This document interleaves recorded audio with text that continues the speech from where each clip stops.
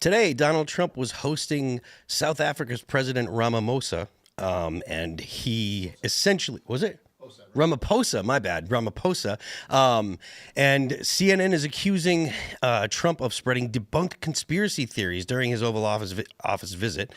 So we'll talk about that. We have a bunch of people talking about that. Actually, there's all kinds of people that were all up in arms. A federal judge blocks the Trump administration from removing criminal illegal immigrants to third-party nations in South Sudan. So we'll discuss that. We talked a little bit about, people that don't have their countries of origin, don't want them back, and what the administration is supposed to do with them. So we'll discuss that a little bit further. We have a Venezuelan man that was arrested after posing as a teen to enroll in Ohio high school. He's an illegal immigrant, and he was charged with forgery after enrolling in Perry High School as a 16-year-old. The guy's like in his 20s or something like that. So we'll discuss that. More Democrat nonsense, as a Tennessee Democrat state rep was bragging about interfering in ICE operations. She made a video of it. She put it on the internet. Look, if you're going to break the law, don't make videos of it and put it on the internet. But actually, in this particular case, I personally don't mind that she did because it's hilarious. We have some information from Tim Bucharett about the Kennedy assassination. Apparently, he was in a hearing, and he has some new information, that some people may or may not have heard. It's alleged to confirm some theories that have been gone around for a long time about this, but we'll get into that. And then we'll also be talking about Gen Z and the millennial men in the U.S. are among the loneliest in the Western world, and why. Of course, the specific article that we have brought up in the study that was done, they're blaming things that personally I don't think are actually the root cause of it, but you can guess how the blame lands. But before we get into any of that, why don't you head on over to castbrew.com and buy some coffee. We here at Timcast, we have castbrew.com. Recently, we've come up with we've got the K-Cups. If you're a K-Cup user, they have Appalachian Night. You can buy that. You've got Ian's Graphene Dream was recently released as K-Cups, and Ian's Graphene Dream is the most popular coffee that we've got, and there's a boatload of that in stock now, so if you want to head on over to castbrew.com and get some of that, you can get it. Of course, there's the regular bags. You can get Focus with Mr. Bocus. You can probably get some Sleepy Joe if you like the decaf stuff. So head on over to castbrew.com and get yourself some coffee, and then head over to timcast.com and join our Discord. You can join the Discord, and that's how you get access to the after show and call in on the after show.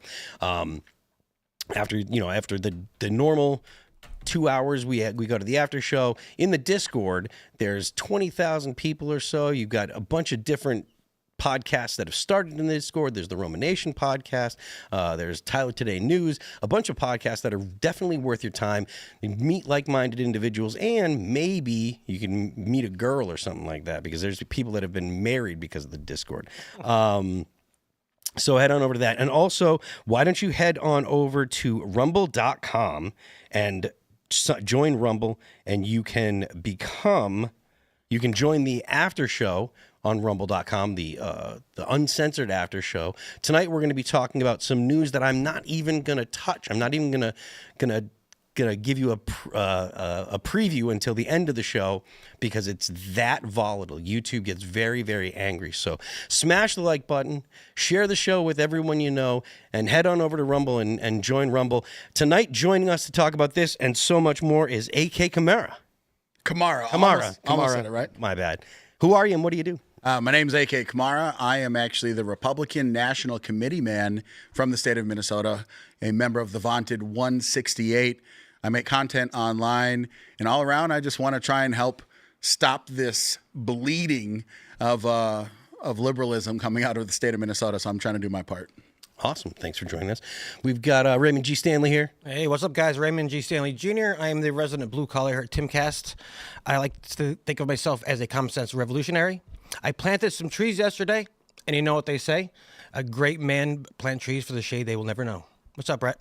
Oh, yes, and as a fellow Minnesotan whose last name gets continually pronounced wrong on Sovich, podcasts, right? It's Sovich, isn't my it? name is Brett Dasovic. Let's go.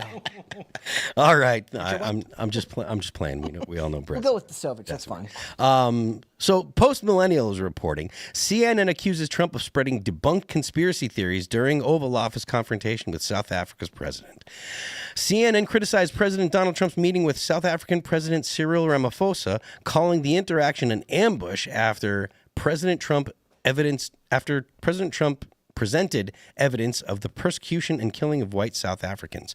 The meeting held on Wednesday at the White House drew attention when Trump showed Ramaphosa a video containing a violent political chants and statements by officials against Afrikaners, as well as footage of burial sites of white farmers. Responding to a reporter's questions about the alleged genocide of whites in South Africa, Trump said, "We have thousands of stories talking about it. We have documentaries, we have news stories," before playing video clips that included chants of "kill the Boer" and statements such as "killing is part of a revolution." Trump also cited reports of burial sites with over 1,000 white farmers and South Africans fleeing violence. So this is something that a lot of people that spend, any significant amount of time on X, political X, you'll see this kind of stuff fairly regularly. There's talk of the term genocide, I think, is loaded nowadays, and I personally wouldn't call this a genocide. I do think it's political persecution, but I don't know what you guys think. Do you guys have a take on whether or not it's genocide? I think you're right that when you use the term genocide, we have like a historically accurate use of the word, but ever since obviously Israel and Palestine, anyone that is anti-Israel, they're always saying that it's genocide, and it's like, well, is it really? And now in this case, I think you're kind of having the counter to that. Now I know completely different situations, but there is an actual term. I think definitions do matter, and having people that are persecuted or hunted because of their ethnicity does fall in that term of genocide. So, whether or not you say, how many hundreds of thousands or millions of people have died in South Africa, it's not a genocide. I think that that's actually not what's at the heart of the issue. It's, are people specifically being targeted with policies from a government that allows someone to be killed for no other reason other than the fact that they are this ethnicity or this group? I think that's what is happening in South Africa. Now, whether you're looking at the Uyghur Muslims, and there's so many other groups that actually have been targeted by the government. That's why I honestly don't think that calling what's happening in Gaza a genocide is the same, because they're not specifically just trying to go after people that are of Palestinian descent. They're trying to go after Hamas, and it's terrible, and I don't like any innocent life that is lost. But I do think that there's going to be this back and forth where the left is like, oh, so you can call this a genocide, but you won't call this a genocide. And I just think, again, President Trump and what he did to President of South Africa, Ramaphosa, he kind of had him stuck, because he's like getting him to acknowledge, look at all the things that are happening. And Trump, I think, was careful to say, like, I'm not going to say it's this term, but let's hear what people from South Africa have to say, and kind of letting the story tell itself. But I think, again, if you look at the actual term of genocide, it's targeted action going after specific groups that is supported by the government for no other reason other than they are the specific ethnic group. Yeah, I mean, Brett, you were talking earlier about the definition of genocide and whether or not this meets the standard. You can't deny that it's political persecution. You have people being removed from their land, expropriation of property, and historically those types of things lead to, if they don't lead to genocide, they definitely have led to terrible, terrible oppression. Well, yeah, I think the most interesting part of it is that, with American politics now kind of being a spectator sport, it becomes a bunch of people discussing whether the terminology fits the crime. And a lot of times I find that in a lot of ways ends up kind of watering down the horror of it all in a lot of cases, because it's a lot of us, whether it's even on here in a way, when you're discussing it on a show like this, or if you're talking about it on X, the people, at least what I saw from the clip from CNN, was them going after the terminology they're using, but they're doing that as a way of obfuscating the discussion that's supposed to be had, which is about what's actually happening there. And that's kind of a microcosm of how I see politics these days, which is everybody argues without actually knowing. There's no shared terminology for anything anymore, and you're talking past each other, and very little gets accomplished because everybody's using their own language, their own ends, and I find a lot of it to be very annoying. Well, here's the thing. I think we also have to recognize It's nothing this parliament can do. like we have to recognize that in the current political environment, with both sides being so polarized, they're going to kind of stick to the thing that they think is going to help give them, you know, a place to stand politically to be able to make a move or an action. And because we're becoming highly, like we've had this whole racial identitarian thing that's been kind of popping up again, kind of like a counter to Black Lives Matter, I think you're seeing a tendency of the right to want to glom onto things that are quote unquote pro-white. That's my perspective. I'm not necessarily against calling out when bad things happen, but as an American citizen, that like I genuinely say this, like my heart goes out to people that suffer anywhere in the world. But as an American citizen, why should I care about a genocide that's happening in South Africa or a genocide that's happening anywhere if it's not American interest? Yeah. And I'll be honest, I really don't, from like, again, a strategic United States perspective, I don't really care that much. Yeah. So it's you got something to say? I was gonna say I agree with you about the pro-American part, but as a human being, it kind of sucks to watch countries overseas getting That's because so many people killed. As a human being, you know what I mean? That's because the internet has forced you to now have access to all that information all the time. Human beings were not designed for that. 100%. I was actually gonna say something very similar. We aren't designed. We haven't evolved to be able to process the amount of suffering that we have access to view nowadays. Yeah. Like if you lived in a village, or in a some kind of small tribe or whatever, 1,000 years ago, you might see a terrible, you might see a war, you might see a slaughter in your tribe, but you most likely wouldn't see that kind of stuff happen like on a day. You'd be plenty familiar with death. I don't want people to misunderstand what I'm saying, because there was a lot more death. Babies died, in birth, women died in childbirth. You would be more familiar with death, but that kind of horror of like slaughter of people en masse, that kind of stuff you didn't see if you were a tribal person so much, unless you ran into another tribe or went into war. And so the phenomena of like slaughtering people is in the way that we see it today, where it's constantly fed to you through the internet or even through television. Like that wasn't the norm. I do think it's worth pointing out or listening to the way that CNN kind of framed the interaction, and I think we're going to go ahead and play the video that Donald Trump actually played for the South African president. So, are you going to run it? His best diplomatic self to this meeting, but nothing could have prepared him for this multimedia ambush that President Trump laid out with video, with printed out news stories. This was a laundry list of debunked conspiracy theories.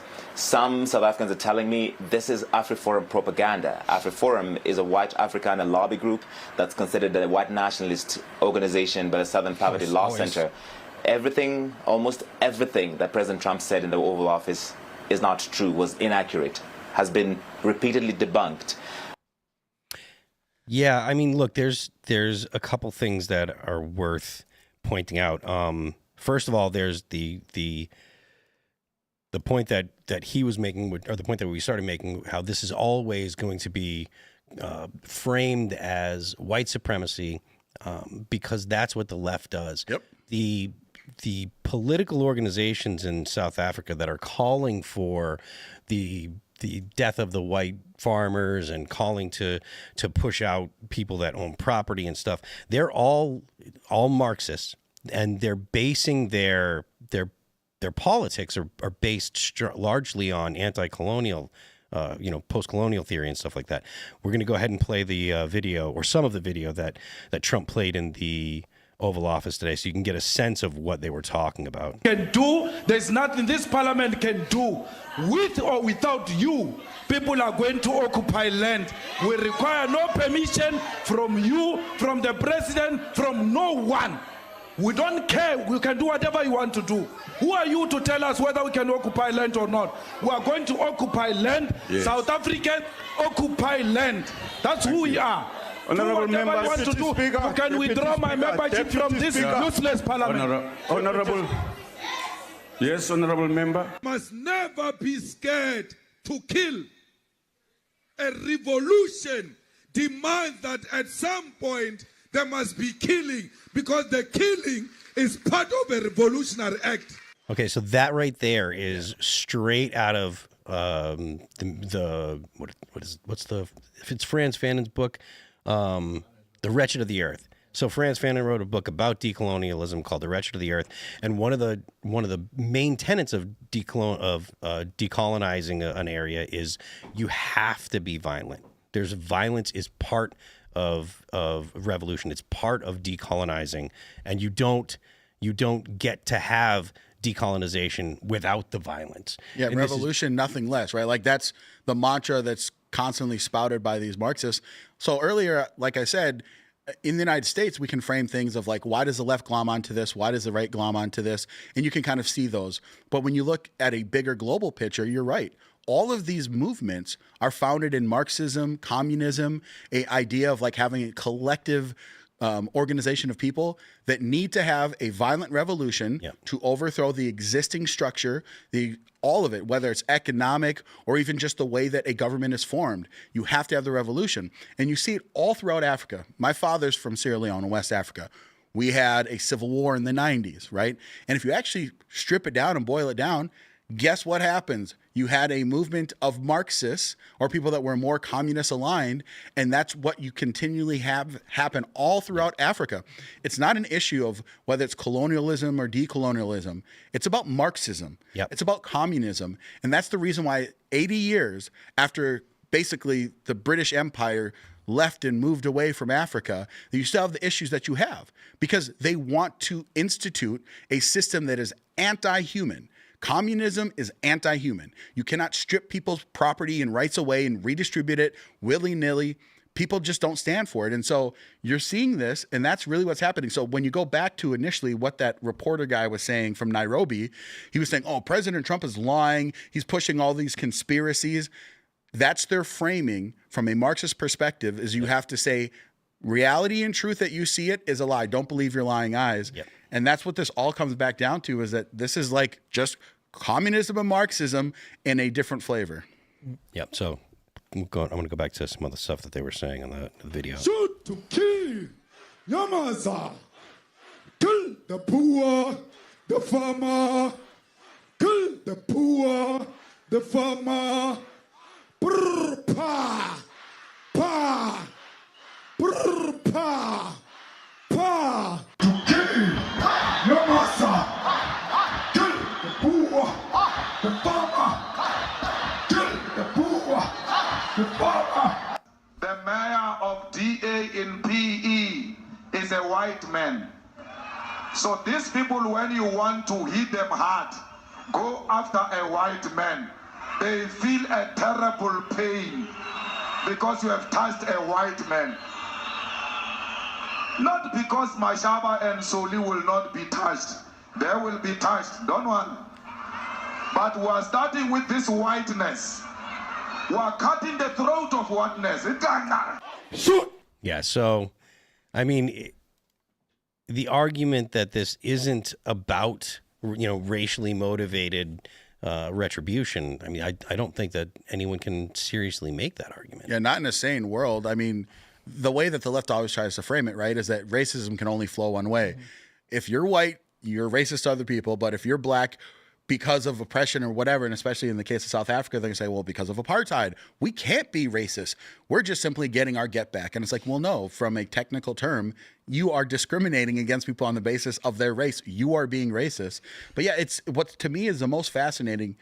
It's dead giveaway. He's wearing a red beret. I mean, red beret, dead giveaway, man. You're got me, bro. You should also be very weary of the way in which much of that language has already crept into Western Marxist language and rhetoric, whether it's decolonizing math or destroying or eliminating whiteness.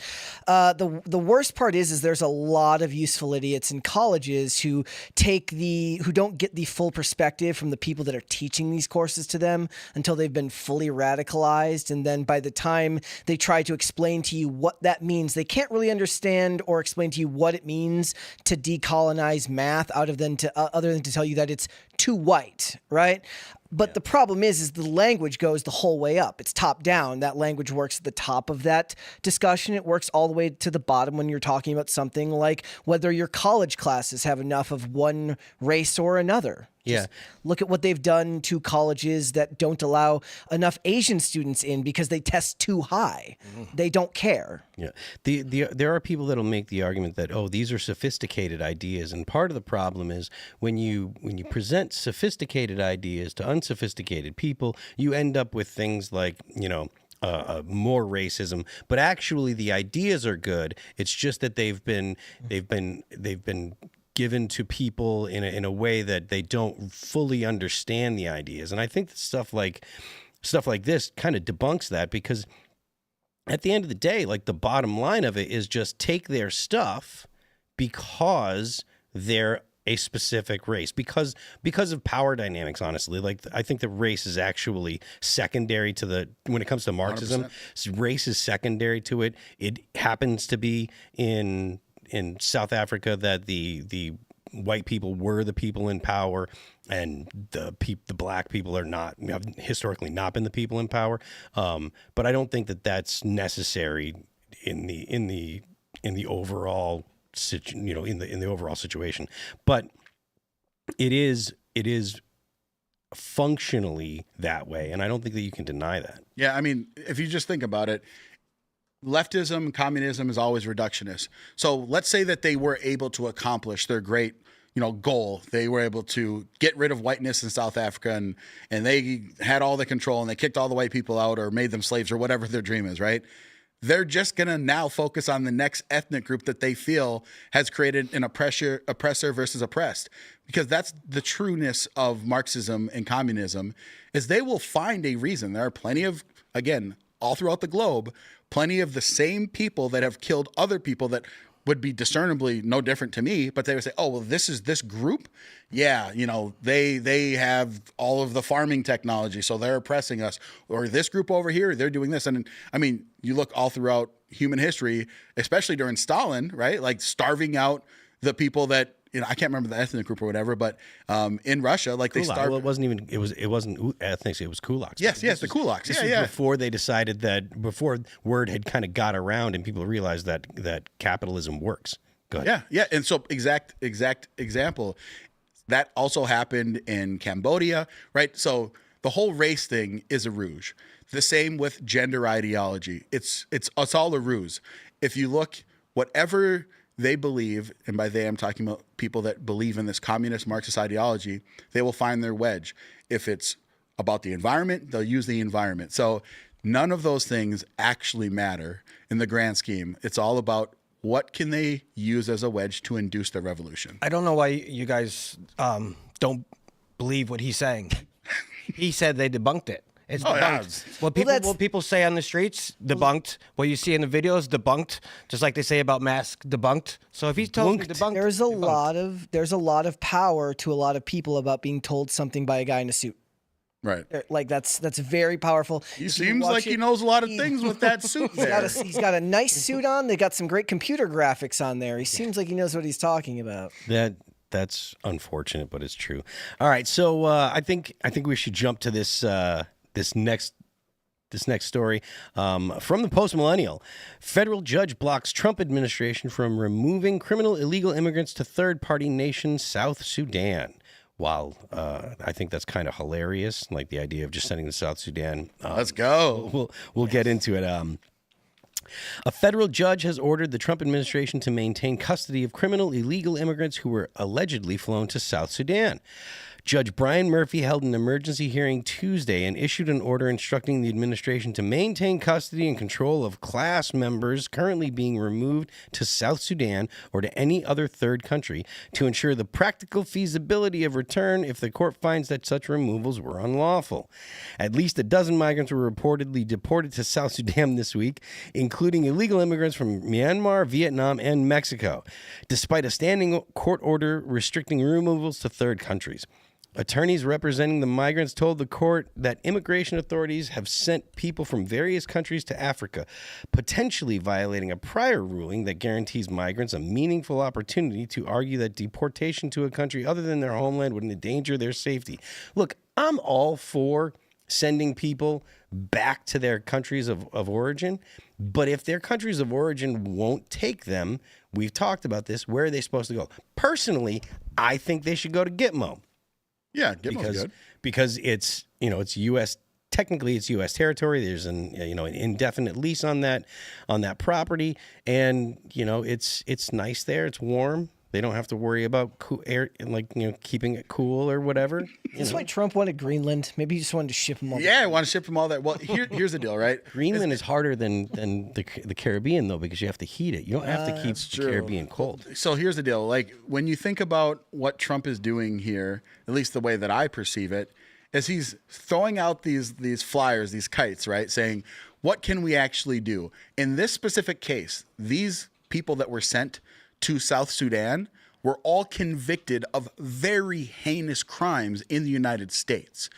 And their reason was pretty simple. They said, we have a history of these countries not wanting to take them back. So if you can imagine, if someone was convicted of a terrible, horrible, awful crime, and they're like, we're going to send them back to you, buddy, you're like, nah, we're good. We don't want them. And so by using this, going around this federal district judge, which, by the way, I agree with what has been said on the show before. I think it's unconstitutional that these district judges are putting these injunctions that are universal. I think that that's garbage nonsense. So I'm glad that the Trump administration is defying this federal judge and saying, all right, here's this test case. These terrible, awful people, South Sudan said they would take them. It's way less expensive than sending them to Gitmo. I like the idea of Gitmo, but it's expensive to operate Gitmo. So I like this because it's like, all right, your move now. Are you going to beg to have convicted rapists and murderers sent back to American soil? I mean, we just saw the story of the 11 people breaking out of jail, right? In Louisiana. I mean, hey, would you want those people back on the streets? They're not even American citizens. So I just love the idea of what Trump's doing here. I saw people were betting on the order in which they're all being returned because they've 5 of them have been caught. Yeah, they're catching. Oh, you're talking about the New Orleans. New Orleans 11. South Sudan, basically, the police spokesperson said if they're not South Sudanese, they're going to be deported back to their country. So we're going to send them there, who just had a huge famine back in 2023. Yeah. Millions is displaced, and then they're going to send them back to where they came from. I'm sending South Sudan. I mean, I don't understand why, with the point of that country, why the administration sent to that country. Scare tactics, maybe? I mean, you're going to go to a place with no food? Maybe. I wouldn't be surprised if we found out that there was some type of agreement, some type of handshake saying like, hey, we're going to send these resources over or you do this for us, which I'm all for. I mean, again, this is the purview of the executive office. And I think that's why I like what Trump and the admin is doing is they're testing the bounds and limitations. And I'm all for it, man. At the end of the day, people are here without permission legally.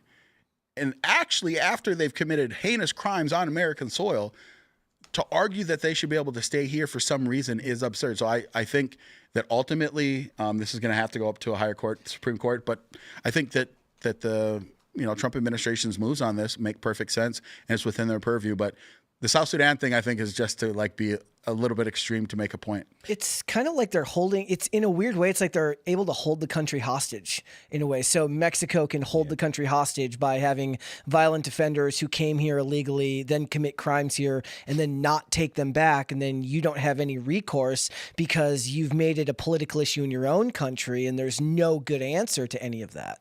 Well, Yemen is one of the least safest countries in the world.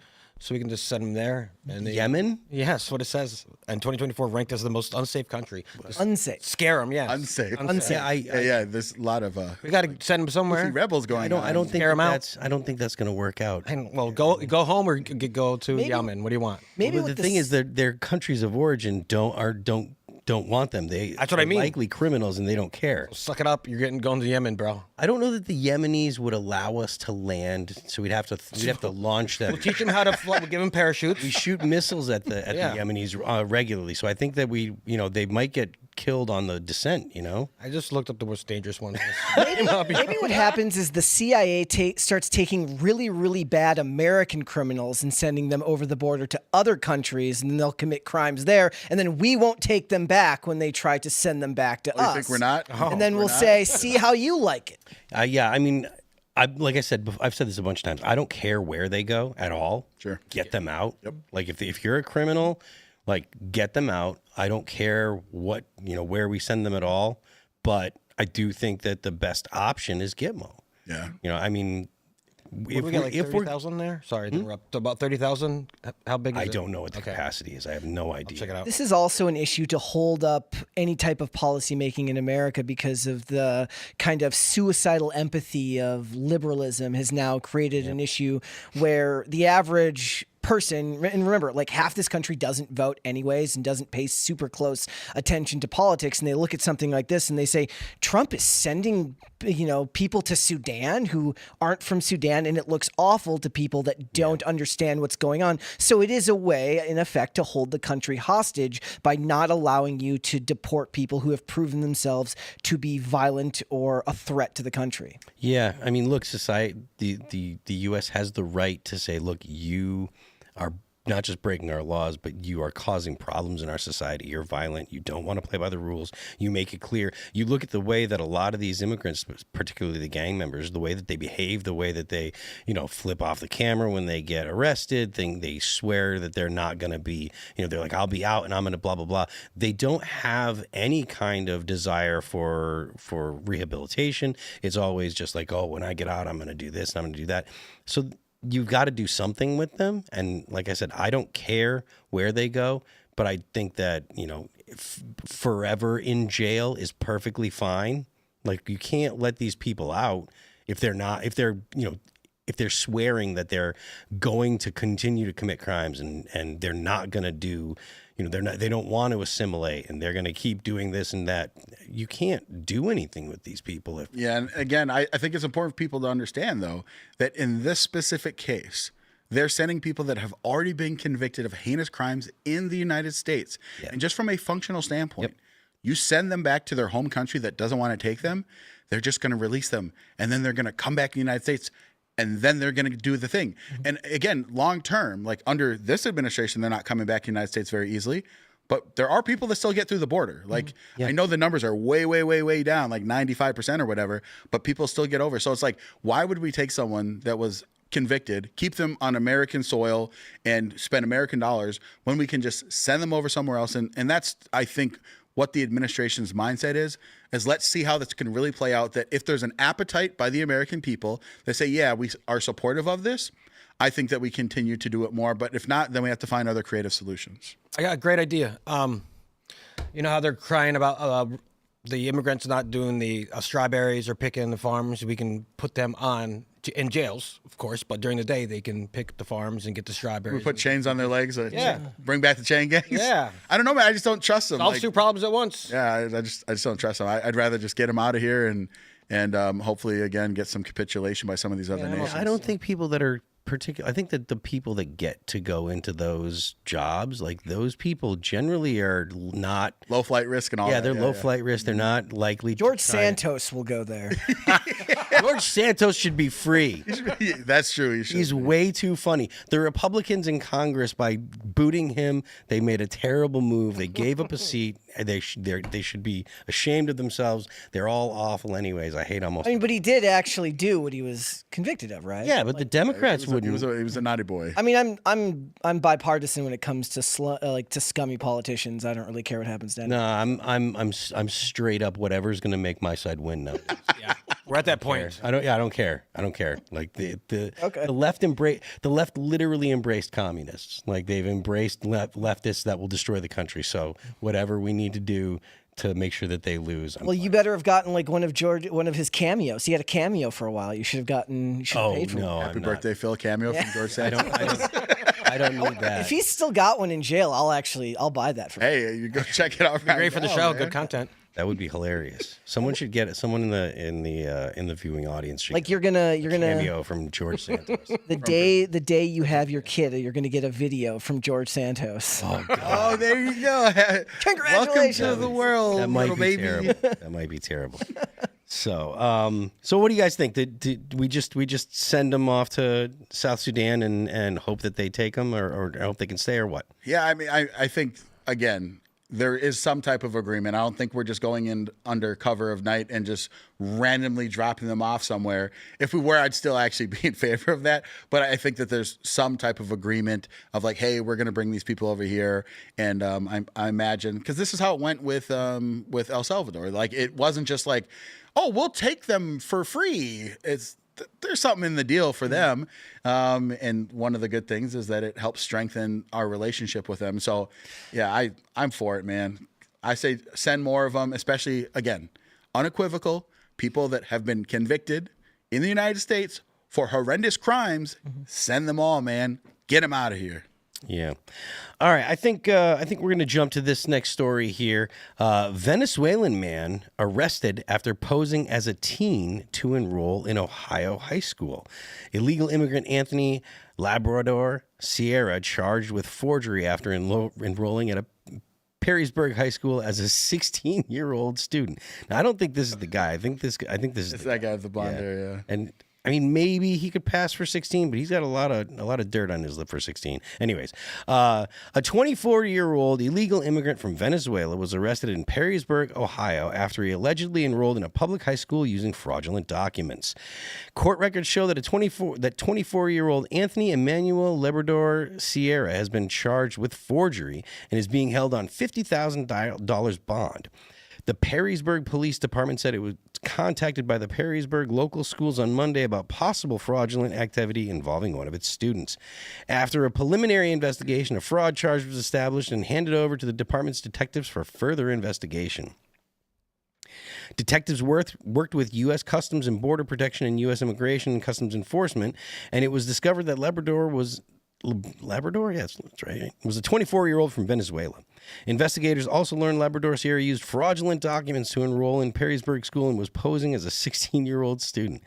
I mean, is that all they say about him, huh? He's not. You know how they say that when people come to this country and they don't know English, they'll watch like American movies? Maybe the only movie that worked was Billy Madison. Yeah. And he watched it over and over and over again. He's like, this is how I'm going to do it. I'm just going to go to high school. I was going to say this is Hollywood's fault. This was Hollywood's fault for 30 years of movies where high schoolers are played by dudes in their late 20s and early 30s. Right. Here's what's even a little bit more horrifying. Like, it is kind of funny when you think about it. Like, how did no one know? Hopefully he didn't have contact with any of the females that were children there. That would be horrifying. But also, can I just point out, there's no way that that's his real name. Labrador Sierra, like that just sounds fake. But he's just he's just got a dare, and he's just trying to see how long he can get away with it. It's insane. But yeah, I mean, listen, this entire idea that he is posing as a kid, there's a lot more questions of actually what's happening in our school system, because we've had teachers back in Minnesota and Minneapolis Public School Teachers Union came out and said, basically we're going to hide, criminal aliens from ICE and everything like that. Like, they're 100% saying that that's what they're going to do. I wonder if they did the same here. Like, were there certain teachers that knew and they were like, okay, we're just going to, let him pose? Because, like, if he's acting as a 16-year-old, who was acting as an adult? Does he have more people that came in? Because you can't just show up as 16 and be like, I'm registering for school. I'm by myself. Like, I think there's going to be a couple of questions. He had a host family, and basically his baby mama, Evelyn Camacho, contacted the host family on March 14, 2025, saying like, yo, this guy's 25-year-old and he's a father of my child. There you and then go. she gave documentation to the family, and they're like, okay, this guy's nice. So, okay, how did he get to the host family? Dad. That's a good one. How did he get to the host family? Like, This is what drives me crazy. So this guy was able to claim, like in the article here, it says he claimed fake asylum, basically because he's Venezuelan. So he claims asylum from all the communist party, like all the stuff that's going on. They're saying, oh, it's super dangerous for me to live in Venezuela. But the issue, and you talked about this earlier when you were talking about Americans. Why should Americans care about this? Like, okay, I understand that. But Americans generally care for like freedom, and they don't, like Raymond said, you don't want people to die and everything like that, right? These are fake asylees. Yeah. He's not claiming asylum from anything. Yeah. We are claiming asylum from a genocide that maybe is not happening right now, but it's getting pretty close when you have all these stadium people talking about, oh, we must go kill the poor, we must go make sure every one of them dies. Huh?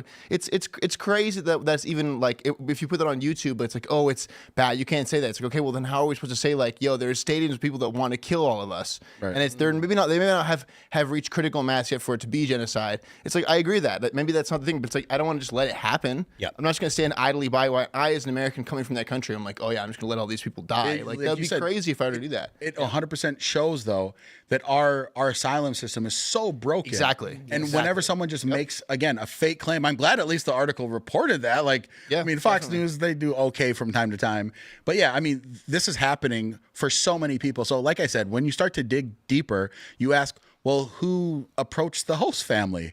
Like, there has to be multiple people involved in this, Right. But it's like you whole said to your system. point though, is like there are actual. If we as American people say we do have an asylum system, I think I'm at this table saying I think we should.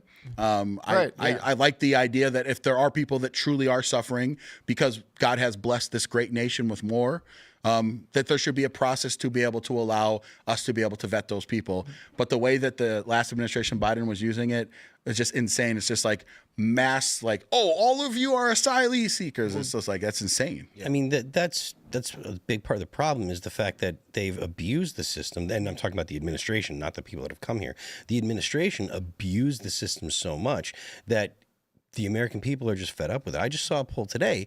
Even after all of the, Maryland Man and all of the left using the media to do their best to try to make all of the people that the Trump administration has been deporting, who are almost all criminals now. Yeah. Right? They're starting with the criminals. They're almost all hardened criminals, bad people. The left has been trying to cast them as innocent victims and normal people that are just getting brutalized by the Trump administration. Even after all that, 66% of the American population, 2/3 of the people say we want deportations. Nice. Yep. Not we want to. They're aware that the influx has stopped. They're aware that the border is actually under control, and they still want deportations. This is not a situation where the American people are just going to be like, no, you know what, it's fine. And I really hope that shows at the polls when it comes time for the votes in 2028.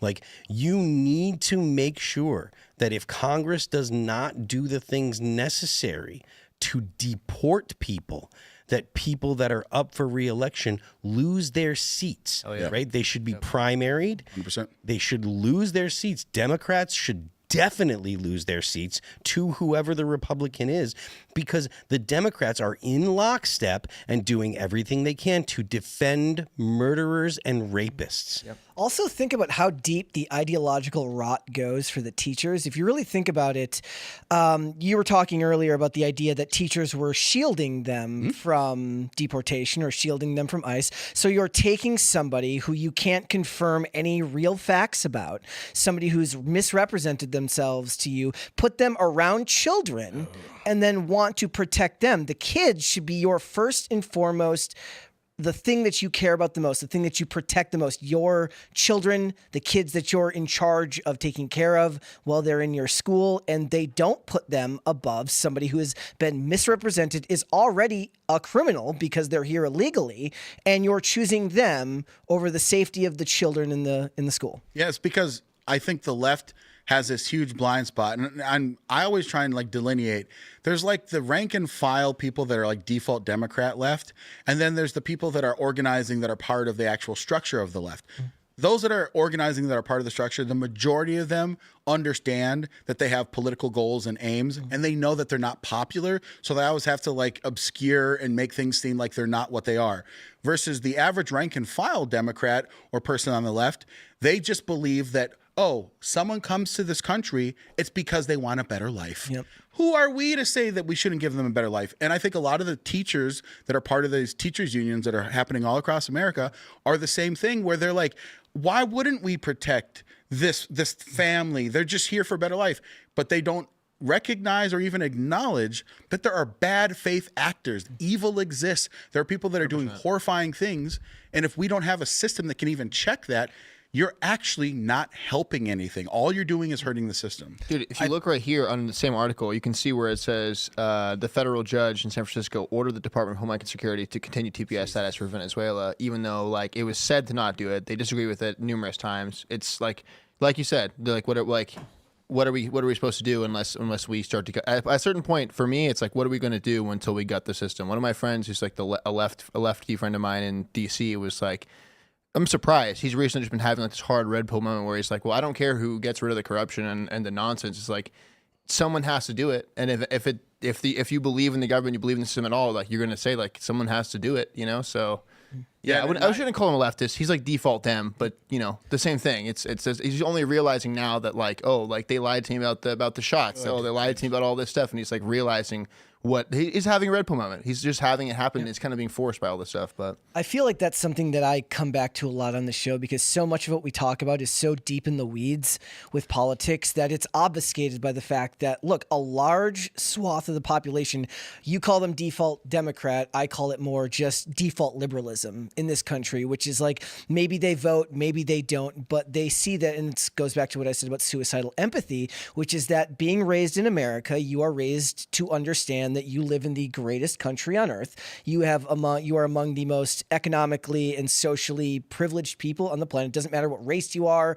You were born into one of the most amazing places you could ever be from. But the problem is that's been twisted by Marxists, by communists, to be a bad thing that they have to then go against their own self-interest to prove that they are as good as they need to be to fit in within what society believes to be acceptable for Americans to believe. You are not allowed to put your own self-interest ahead of anything else in that belief system. And it's because you were born here. And it's because you were born here. Now, there's a difference. Me and Phil have talked about endlessly about the idea that one of the things that you have to accept is that nobody's coming to save you, nobody's coming to help you, and that kind of separates a lot of people who fall on conservative lines more than anything else. Whereas people on the left who do fall into that category of suicidal empathy believe that there is one thing that can fix everything, and that's the head of their government. And when it's not them in power, it's all about the revolution. When they are in power, it's a weapon that is wielded against everyone else. Yep. And the people who hold it up are those oftentimes good-willed default liberals who just don't understand how much of a dark weapon it is being that ideological system is being used against them and everyone else. And it's infuriating to see because you want to make them see it, but you can't. They have to find their way to that answer on their own. And most people won't be able to see it until it actually affects them or someone they know. At the front door. Yeah. You know, they'll feel like, oh, the government's just doing this because it's the right thing to do, because we want to be good people. You know, the argument about, free speech, like there's the argument, oh, you have to be able to say whatever you want, and et cetera, et cetera. And then when people are deported because they're saying things that are anti-American, they're like against America. It's like, well, he should have his free speech, et cetera, et cetera. And it's like, look, it's not a criminal penalty for being deported is not criminal penalty. So there's no, it's not like you're being prosecuted by the state. The state can just say, oh, you don't get to stay. But sowing that kind of unrest has actual, tangible, real world ramifications, and it tends to hurt the fabric of the country. The people that make up the country start to believe, well, maybe my country's not all that great. And I think maybe there are problems that we can't fix, and maybe we do have to have some kind of significant change. Maybe violence is acceptable, and these ideas start creeping around. I think that the left is susceptible to groupthink because they just have a tendency to want to believe in like this collective action thing, right? And I think that's why people that end up sorting themselves into Democrat or liberal versus right or conservative is because they just have a tendency. They're like, oh, I'm part of the collective group. And the left, again, the folks that I would say are part of the actual structure of making policy, they understand that. That's why they pound these narratives into your brain constantly over and over again, talking about the Maryland man. Literally, we had our local newspaper, Minneapolis, the Star Tribune. They wrote an article about a Twin Cities man who's an Ecuadorian national who crashed while drinking and driving and killed an American citizen. Yep. And ICE finally picked him up. But that's what happens with the left, is that those that are in power use this desire and tendency of the left to be collective to lie and trick them. And like you said already, it's until it's at their door that it has this very jarring cognitive dissonant moment. It's like, wait, all these things that I've been told are not true. And that's when you have like this great awakening. And that's honestly what the MAGA movement is full of. A bunch of people that used to be on the left and their values really haven't changed. It's just they're open to seeing, oh, the things that I was being lied to just aren't true. Phil, before you move on to the crazy ladies, a white pill moment is that still, even though with all the Maryland man stories, the Twin City man stories, all the lies from the media trying to get compassion for these criminal people, still 66% of America are like, yeah, get them the F Well, out. yeah, I mean, it was popular before the election. It's the major reason why Donald Trump was elected. They're not falling for the media lies. You know, and it is good that people are saying, I don't care. Yeah. That that you're saying this about these people, or I don't care that these people are going to have hardship. Like people have hardships, but we can't allow 20 million people that are here illegally to stay in our country. It's also astroturfed. Remember, Obama did campaign on illegal immigration, and that was a very popular idea for both sides for a long time. And it wasn't until 2016 came around that became something that became a no-go on the left. Well, from 2016 until well into 2020, you would hear the leftists that were protesting Donald Trump or what have you. They were protesting and saying things like no ICE, no wall, no USA at all. People heard that and they're like, oh, there are people in this country that don't even want the U.S. to exist. And part of their method to dissolve the United States is to dissolve the borders so that way there's no delineation between Americans and people from other countries. There's one thing that I want to talk about, the poll that Serge put into the chat. It's 51-49. Where do we send them back to? Gitmo or back home to D.C.? 49% to Gitmo and 51% back home. I don't care where. But the point is, their home countries don't want them. So skip the question. Just send them all to Gitmo. Also, send them all to Gitmo. One more thing, if you want to point out to what we were talking about just a little bit ago about those kind of good-hearted liberals who don't really understand their language, is like when they have the sign in their yard that says no human being is illegal. Yeah. And you understand that is a slogan, it's a platitude, it means absolutely nothing. And if it was at their doorstep, they would absolutely understand what it means.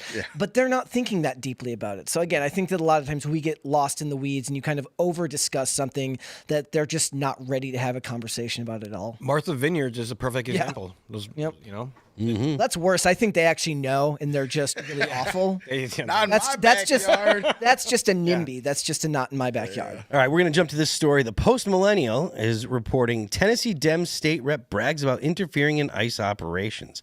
This is great. We got our girl squad, and we're bullying the ICE vehicles and state troopers, Rep Ben said in the video. I can't wait to watch this. Democratic Tennessee state representative garnered sharp criticism on Tuesday after uploading a video of herself attempting to interfere with a recent U.S. Immigration and Customs operation near Nashville. In the video, Rep. Afton Ben, Democrat from Nashville, can be observed following federal and state law enforcement officers in a vehicle where Ben stated she had been bullying ICE agents in Tennessee Highway Patrol. Officers in an effort to thwart a May 9th immigration enforcement operation in Madison, Tennessee.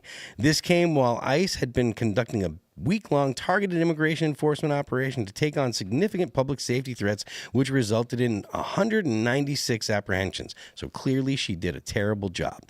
This is Nashville State Representative Afton Ben. She's posted in a 15-minute video of her and a friend stalking the Tennessee Highway Patrol as they carried out official duties, openly admitting they were trying to stall law enforcement from stopping illegal aliens, wrote Republican Tennessee Congressman Andy Ogles on X, who was quick to condemn the rep's actions. Let's be clear, the mayor of Nashville is enabling Nashville liberals to actively obstruct ICE and lawful law enforcement operations. This isn't just reckless, it's aiding and abetting. And yes, it is. Let's watch her doing a crime on the internet.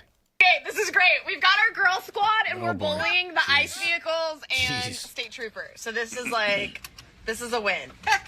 She has a bunch of cats. Your favorite blonde state rep. Her phone's always at 1%. She's drunk. I think my superlative is most likely to always have her phone. At least give her a 1%. breathalyzer. So, Oh, yeah, true. She's got the SSRIs. okay, so we're waiting for my phone to charge. Let me send this to Emily. And the girl, there we go. Oh, she's got to be sauced Did up. he Yeah, let them she's go? totally hammered. Us? I think we were. We live in deeply unserious times. My life cut Thankfully, out. Yeah, she's well, only a because state your rep. girl can't keep her phone she's charged. got So they're probably pink running leather our interior. information. Girl boss. Nikki, tell us what's transpired tonight. So Margaritas. Margaritas and Revolution. And the THP people, I did not put makeup on because this was not Okay, planned. then I'll put it back. No, I mean, you're it's good? fine. Okay, It's, okay. I've already seen it. Okay. We found the ice and the THP people, and then we followed them to the gas station, and I took their spot at the gas station, so I think that made them a little upset. And then I tried to go in the gas station, go to the bathroom, but the gas station people would not let me go, even though I told them I really had to. And then when I got out, they were leaving, so I left too. And then they pulled into another parking Pink lot. hair. And when I pulled into the other parking lot behind them, then they flicked their lights to pull us over and accused me of running a red light. So there we are. So here we are. Tomato. Help. Okay, why do you think that they came up to my side? The state trooper came up to my side of the window and not Nikki's window.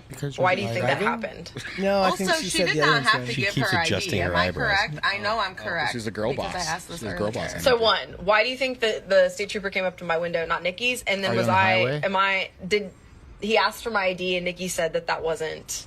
And he said it's a lawful order. It's a but lawful it's order. Not. I'm pretty sure it is. Okay, you have to- so Wow. so that's a crime. Yep. And she admitted that she's trying to Yeah. inhibit the operations of ICE. Her name is So- Afton with a Y. You don't need to take her seriously. Look, no, we need to take her seriously and throw her in jail. Yeah, lock her up. The man. seriousness is not is so that way you can put her in jail. If you don't take her serious and say, "Oh, aren't you cute?" and pat her on the head and send her on the way. Look at you being a little resistant. Throw her in jail and Throw her in jail. Lock her up. So a couple of things. One, 100% because she's not driving. So I retract. You don't have to give her breathalyzer. She's not driving. So at least she's drinking responsibly because she's in the passenger. Number two, though, yeah, lock her up, man. She's admitting that she's trying to obstruct them and even saying the things that she did. Because when the story first came across, I was like, maybe she's just like doing one of these things where she's saying she did it, but like in reality she didn't, and it's just she's trying to be like whatever online activist warrior. But yeah, it seems like they actually are admitting to the things that they did. Like, did it seem like they had a notebook that had some notes? Like the driver of the car was like referring to something that was written down, or she was looking at something.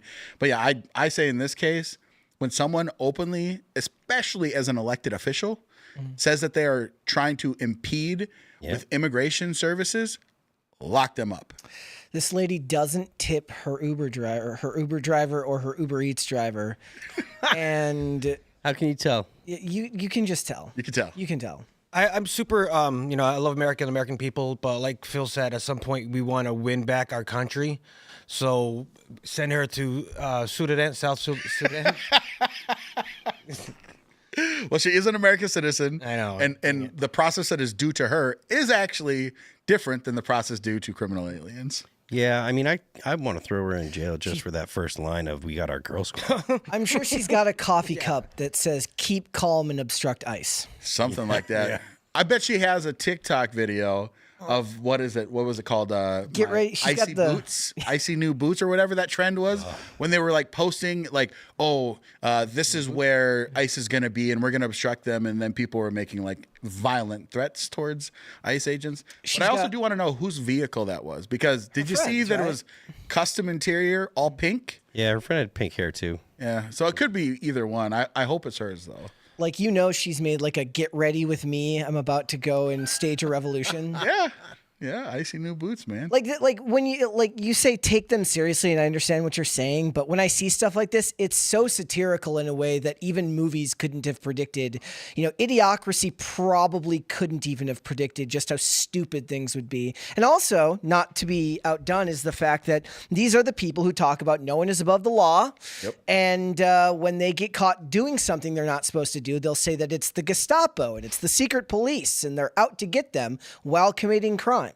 Yeah. I'm caught between apathy, exhaustion, and annoyance. Well, out like streaming crimes onto the internet. you know, very proudly committing crimes. And then again, just like you said, we'll say, oh, you know, it's the Gestapo and Trump's Stasi are out picking up people. And it's like, well, you're literally proud of the fact that you're committing crimes. And to be honest with you, when they do get arrested, they're proud of that too, because we do live in a civilized country where nothing significant's going to happen. So she's actually going to be able to use this, put it on her Instagram, and it'll give her leftist bona fides. And she will be able to be like, look at me, I actually went and did something. Yeah. A lot of lefties, girl boss types are going to watch this. She's going to get a lot of likes and a lot of views, and everyone's going to do the same. They're all going to follow the trend. So the good people of Nashville are picking up the tab on her antidepressants and Merlot.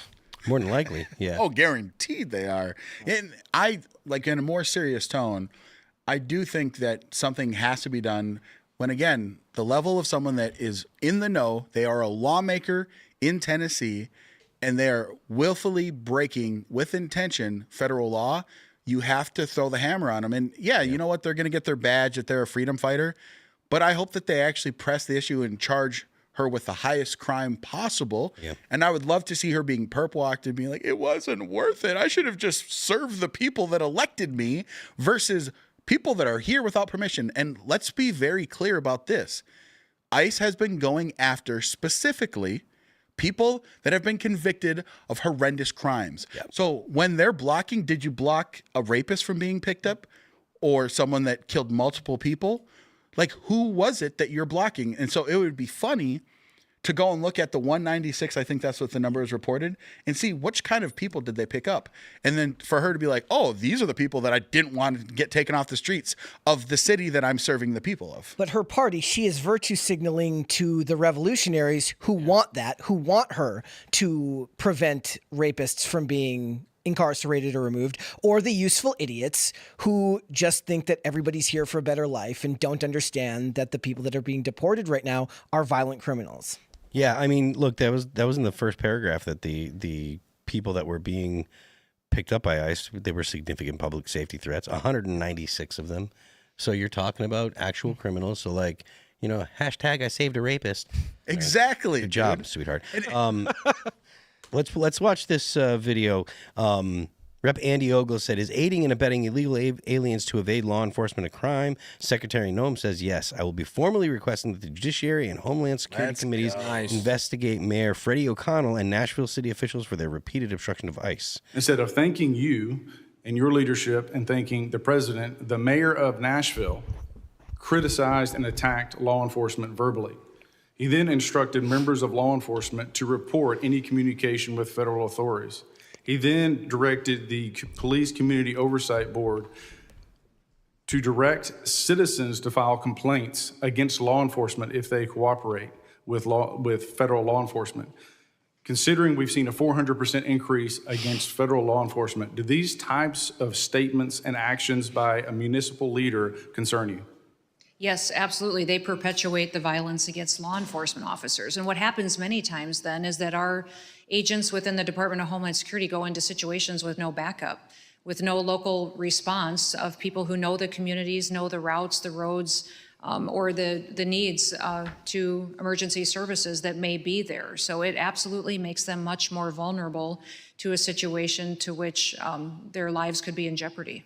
Yes, ma'am. And if a municipal leader is found to be aiding and abetting illegal immigrants to evade federal law enforcement, would that be a criminal act? Yes, I believe it would, sir. And if elected officials impede ICE or Homeland Security in doing their job and pursuing illegal immigrants, would that be a criminal act? I believe so. Madam Secretary and Mr. Chairman, I will be asking the Committee of Homeland Security and Judiciary to be looking into the mayor of Nashville and any collusion or impeding of federal authorities and conducting their work in the city of Nashville. I would also encourage this committee and judiciary to look at other leaders, municipal leaders across the country, as they obstruct this administration, this Madam Secretary and her employees in doing their constitutional job, which is uphold the rule of law. Madam Secretary, I thank you and I yield back. So, I mean, it would be nice to think that there's actually going to be some repercussions for this, but I mean, What do we think? Do we think that this is actually going to produce fruit? It could be the very first time ever that I've been alive that the 80-20 or the 70-30 issue that the American people want gets handled, where it's 66% wants them to be gone, because the government doesn't do what people want. This might be the very first time, maybe, if they just do it, crack down, arrest them, put them in jail. Nobody cares. You break the law, you break the law. Well, it'd be nice. This is actually talking about city officials and going after the mayor. Yeah, well, same thing. Same. Well, I mean, I don't know that the mayor actually was doing the obstructing. Well, if they are, I'm saying. Yeah. I think it's a different issue. But to answer the question, I think that this administration will probably be the only one, and maybe future, but that's a different conversation, but be the only one that would actually try and hold people accountable. I think this administration is all about that. If you look at what they've already done, the question is, why don't we do more of it? Yeah. Right now, there's the cynic that says, well, it's because everyone in the government's all dirty, all politicians are dirty, and it's all one big game and you're not in it. That's one way to look at it. The way that I actually look at it from a political standpoint is it's unpopular to go and arrest people if they can spin a narrative that you're attacking them for political purposes, right? That doesn't really work well with the American people. If they think that you are going after someone, even if you have a stack of evidence, the reality is it will seem like you're going after them for political purposes. But I think that we don't need to care about that as long as truth is on our side to a certain level. But there are trade-offs, because you can be the righteous warrior that has truth on your side and still lose power politically. Thomas Sowell talks about this all the time, is that the reason why political leaders make actions that they do is because they don't have to stand up to the consequences as long as they're able to convince the people that this is good for them now. And so there is a part of me that does believe that this administration is actually doing it. They're doing the work, but there's a way that you have to assuage it. And I think that all of this, when you put it in its greater context, you go after the people that are dirtbag criminals that are here illegally, so you can set the framing of like, this is why we're going after them. And then you look at the polling and it shows that the American people still do support this deportation. And then you do the other little carrots out there that are like, hey, we just had our first, plane ride of people that self-deported. Yay. You guys see that? Yeah. When they were like out there, like pumping that up. So all of those things I think are all part of it, to be able to say that the American people want accountability. And I think in the case of this state rep, not necessarily the mayor, I don't know all the details behind the Nashville mayor and what they've said or done, but this state rep, I think that they have enough of them admitting it that you should be able to arrest, and it's not going to be like, oh, you're just going after because she's a Democrat. But that's to me is the way to look at it, is the action doesn't happen if politically it can be very disadvantageous to us on the right. Yeah, I mean, I think you're right. There is a lot of, I think I said this last night, public opinion really does a lot to cover for whether or not a specific policy is actually legal or not. If you have the backing of the people, the government is absolutely able to do things that are technically illegal. If you don't have the backing of the people, even doing legal things is really, really, really hard. The Patriot Act. Yeah, I mean, there you go. Well, Tim talks about that, right? Like he said it before numerous times. The law doesn't matter. It's about social enforcement. Yep. Is the society going to stand for it? If the answer is no, it doesn't matter how many laws you say are being broken. Does society accept it to be a thing or not? And so, but that's why I think ultimately the reason why we don't see the type of arrest that all of us on the right want to see is because societally, there are people that are just like, nope, that's a fascist move, and we have to convince enough people, man. Well, and it's a lot of it is historically taking place in deep blue cities where they're going to get a lot of pushback anyways, right? The people that are voting for it are not the ones living in those cities, so you're going to come into a bunch of pushback the second you go in and try to do that, and it's going to be seen as a show of force, and people are they're not going to like it. Yeah, I mean, the localized effects of your local government and just the mindset of the local people. Like if you have policies in New York, as much as we talk about, we were just talking, 66% of Americans want to see deportation. Well, who are those? Try to round people up in New York City. That's going to be tough because the people that are localized in the area that you're actually carrying out the operation, they're going to be against it, or they're likely to be against it, and they're going to make it difficult. And then you end up with a situation where people are filming you and the police and the people fighting, and then it looks bad for the police, and that's all kinds of bad press. So it's tough to do that. It's another reason why the Democrats work so hard to have the media on their side for as long as they have, right? Because like you said earlier, does truth even matter these days? A lot of times I would argue that it doesn't. Practically speaking, it doesn't matter to a lot of people, because the truth is whatever the video clip they see in front of them tells them that it is. Very fine people hoax. Yeah. Like the fact that you're still battling that years later. And there's the fact, look, a lot of people, when that one came to light for me, that was very eye-opening early on for me. But there's a large swath of the population still where, and I think that's kind of a diagnosed phenomenon psychologically, which is like when you're confronted with facts that disprove what you believe, people just tend to believe it even more. Yeah, cognitive distortion is very painful when someone believes something to be a thing and then you shatter their worldview for something that they've believed for so long. It's physically painful for people. Like, they've done all these studies on it. You mean cognitive dissonance? Cognitive dissonance, yeah. I said distortion. Yeah. So ultimately, though, to your point, I think that when you're talking about does the truth matter, there is the game that has to be played if we're just being realistic. Being the person that's all idealistic and you say, this is what I want to do, this is the right thing to do, that's great. But in a world where we have a democracy from an institutional standpoint, where people cast their vote for their elected official, I know we're a constitutional republic, but we have democratic institutions. You have to be able to convince people enough. And I think if you look, again, take a stand back and view everything that the Trump administration is doing, they're doing these issues that are 80-20 issues, right? Or 60-40 or 70-30, and they're getting buy-in from the American people, and they're seeing like this, we know what the right thing is to do, but can we convince enough people that it's the right thing? And I think the administration so far has done a great job, but that's why they're doing the self-deportation push. They're going after the worst, and they're defying these federal judges, which I believe they need to continue to do so they can continue to do the work of the administration. I have a question for you then. So you're talking 80-20 issues, and I think 80-20 issues are bolstered by the media coverage that they get because they're polarizing by nature. A lot of times they lead to discussion online. People go back and forth. Are we kind of past the days where the type of bread and butter issue for like a blue dog Democrat, which is like, your regular everyday issues are just no longer relevant because they're not ones that the media can push? I don't think that they're not relevant, but I think that it's hard to get the coverage of them that people actually want, because people respond to things that make them emotional.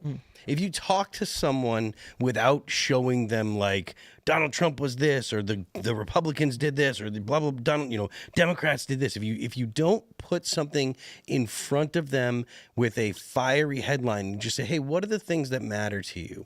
They'll talk about what tend to be kitchen table issues. In polls all the time, it's like the most important thing is the economy. The most important thing is the economy. Everybody believes that all the time. Consistently in polls, it's people say the economy is the most important because everybody has to be able to pay their bills and everybody has to be able to take care of their families. Indeed. But the stuff that gets traction is not economic reports, unless they're economic reports tied to Donald Trump is the monster, Donald Trump's screwing you out of money, or the Democrats are screwing up this, blah, blah, blah, and here's the economic report that shows it. Those economic reports will get traction because they manage to tie it to an emotion. But when you ask people in a normal manner, ask them in a poll or whatever, they're constantly going to tell you kitchen table issues are what's important to me, but they react emotionally to things that are not kitchen table issues. Yeah, I think the issue that you bring up, like, are yellow dog or blue dog Democrats, do they still exist? The answer is yes, at a local level. But because things have become so national, like, it's crazy. So in Minnesota, the way that our legislature is compromised, we are perfectly split in power in our state house. We have 67 Democrats, 67 Republicans, right? So if you look across the state, that means that we're kind of close on a lot of issues. But when you actually see what the left has done, they've come together and they've decided that they're going to be this woke nonsense, mass hysteria, anti-human party that's going to say abortion up to 9 months. Let's give criminal aliens healthcare benefits. Let's give criminal aliens free tuition. Let's give them driver's license. When that's the issue, that's going to override everything else. So I would argue that within the Democrat caucus in Minnesota, we call them DFL, that there are plenty of Democrats where if you got them in a room separate and you said, hey, where are you at this issue? They'd be like, I'm with you. But the cult's voting this way and I want to stay in power, so I got to vote with the cult. So to answer your question, I think, yes, they exist, but they are afraid because the cult has taken over the Democrats. And until they get rid of the cultiness, which good luck, because now that they're entrenched and they're in power, it's going to be very, very brutal for them to separate themselves. They're going to try. I don't think that they functionally exist anymore because it doesn't matter. It doesn't matter if on 90 issues, right, they might be with us. It's the big issues. Abortion on demand, criminal aliens, funding everything regardless of how much income, taxing the rich. Like, these are the things that the cult has decided. Black people are oppressed. Anti-racism is good.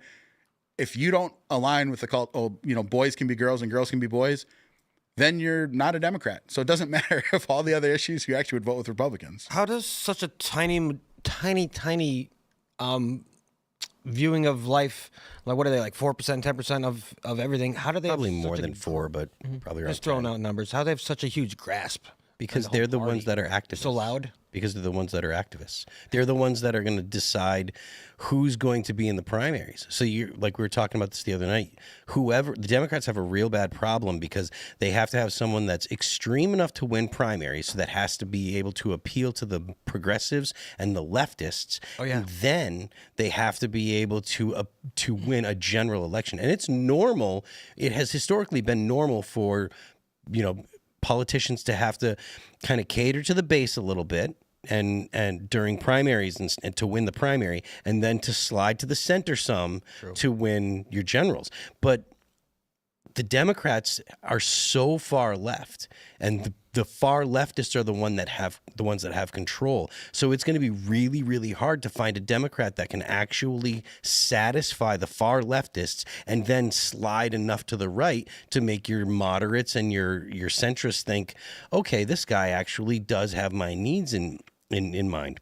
Yeah, they're going to beat you into submission. They're going to show up to your house. They're going to do all of these crazy activist things. They threaten you. It's true. That's why they're able to do it, man. If the right adopted the same the same exact techniques and tactics, we'd be successful. But that's kind of antithetical to who we are. We're not going to show up and say that we're going to shut you down when you disagree with us on something. We'll have a robust debate about it. They also don't get the cover from the media that the most extreme on the left do. Also, but they have Gavin Newsom. He's like, watch, I can destroy this country just like I destroyed California. Well, like I brought up Ro Khanna last week, and you and Tim shut me down because he's not extreme enough. Well, I don't think that he's extreme enough. A lot of the situation with the left is like, look, the things that the people that are on the far left believe do not align with reality, and they don't align with what most people think. Most people do not believe men can become women.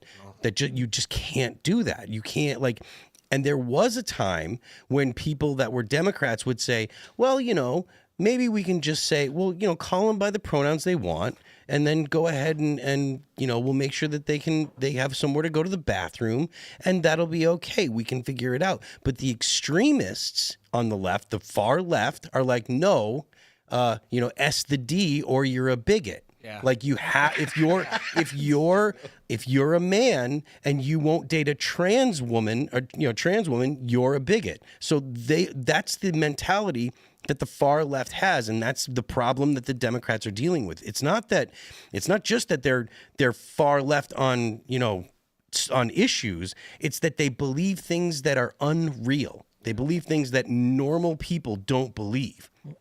So we're going to move on to this little clip here from Tim Bucharest. Burchett?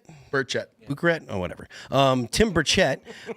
He had some things to say about the Kennedy assassination. So take it away, Tim. Hey, everybody. Tim Burchett, returning from a oversight committee.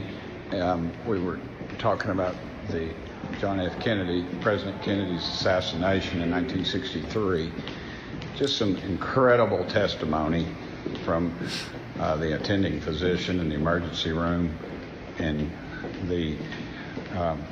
he told us the way the bullets entered, where they came from, and they came from 2 dadgum different directions, and there were 4 bullets fired. It was just incredible. Anyway, big cover up, of course. Will we get to the bottom of it? Probably not. The person, you always got a patsy, and it's obviously Lee Harvey Oswald was a patsy. He might have pulled the trigger on one of the bullets, but I don't think on all 3, and that would have been a bolt action, which is a Mannlicher carbine. It's an Italian carbine. I got one somewhere. It was written up in a magazine one time as the only gun that never won a war. Oswald could have walked into a Western Auto and bought an M1 with a scope for under $50 at that time. It was just literally a Western Auto, but he chose a mail order Italian carbine. The whole thing's just crazy. Anyway, we're digging into it. Thank y'all for sending me here. I think he might be my new favorite politician. Tim's solid, bro. He's Like- So is the going theory now that one of the shooters was Israeli? wait. Maybe they curved a bullet like in Wanted. Well, you know, I mean, if it wasn't just a single shooter, maybe one of the shooters was Israeli, right? I didn't know that was on the table. Mossad, right? Oh, that's the Or the mob.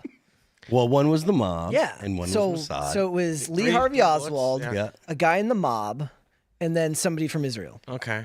Oh, okay. So what do we Yeah, get? yeah, Okay, as so a we're gonna go to this here clip, I guess. Do you don't? Do you want to go to it? No. It's an hour long. Oh no, never mind. No. Ladies and gentlemen, welcome to the overtime. That guy was Government like, lied to us about the Kennedy assassination. U.S.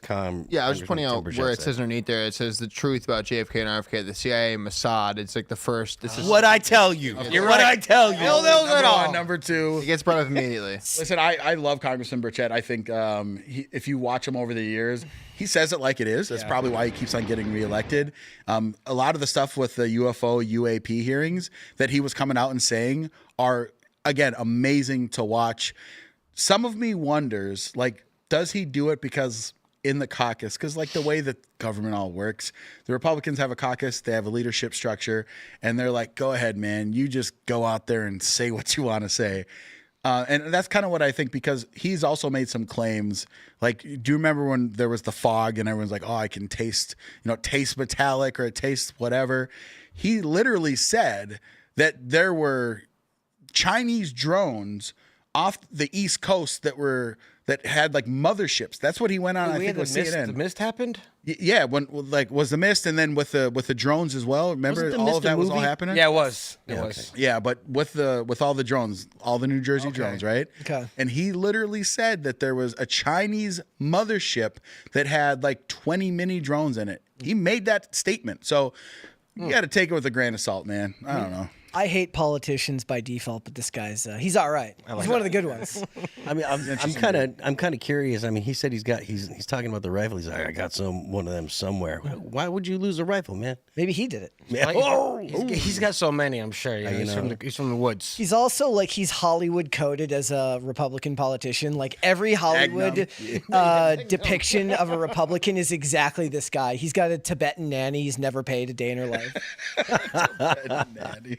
Very specific. Phil, you've had all names today. All the stories are just a bunch of tough names. You know, I'm just saying, not talking ish or anything, but it's fine. It's fine.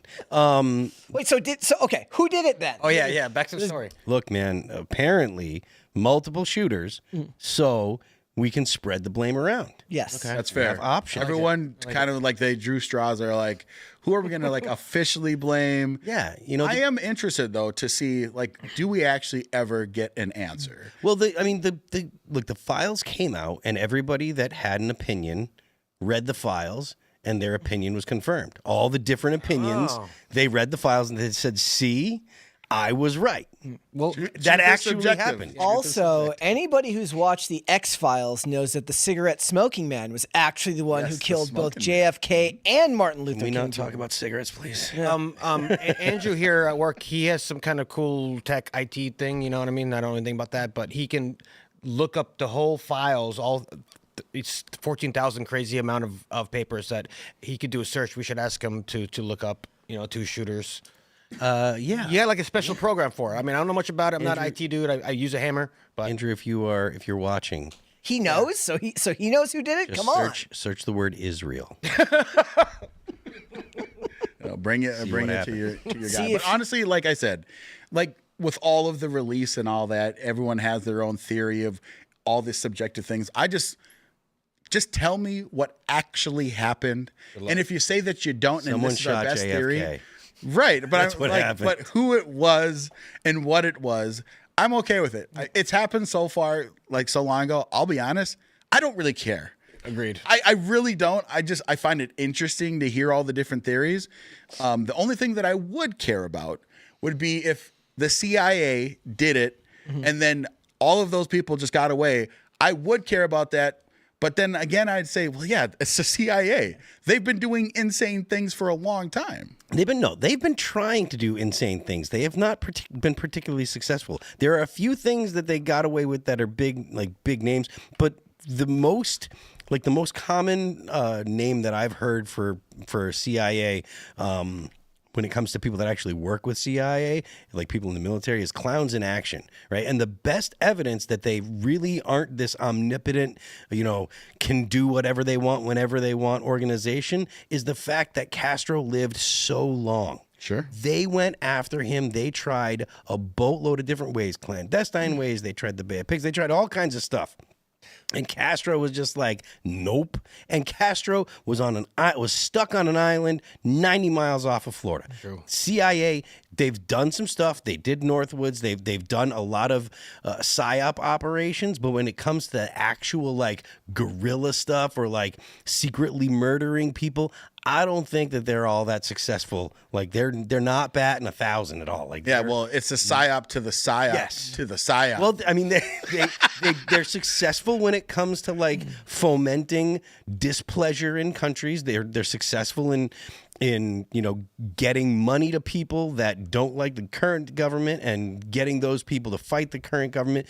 They're successful. They were successful in giving money to what? Like propaganda-wise? Yeah. Well, not just that. I'm talking about social engineering. Like social engineering is 100% something. Well, not just that, but like the Mujahideen, right? So they were successful in getting Stinger missiles to the Mujahideen in Afghanistan, right? And they didn't get busted for it they didn't get busted for it until after the Soviets were gone. Okay. So they were successful in that.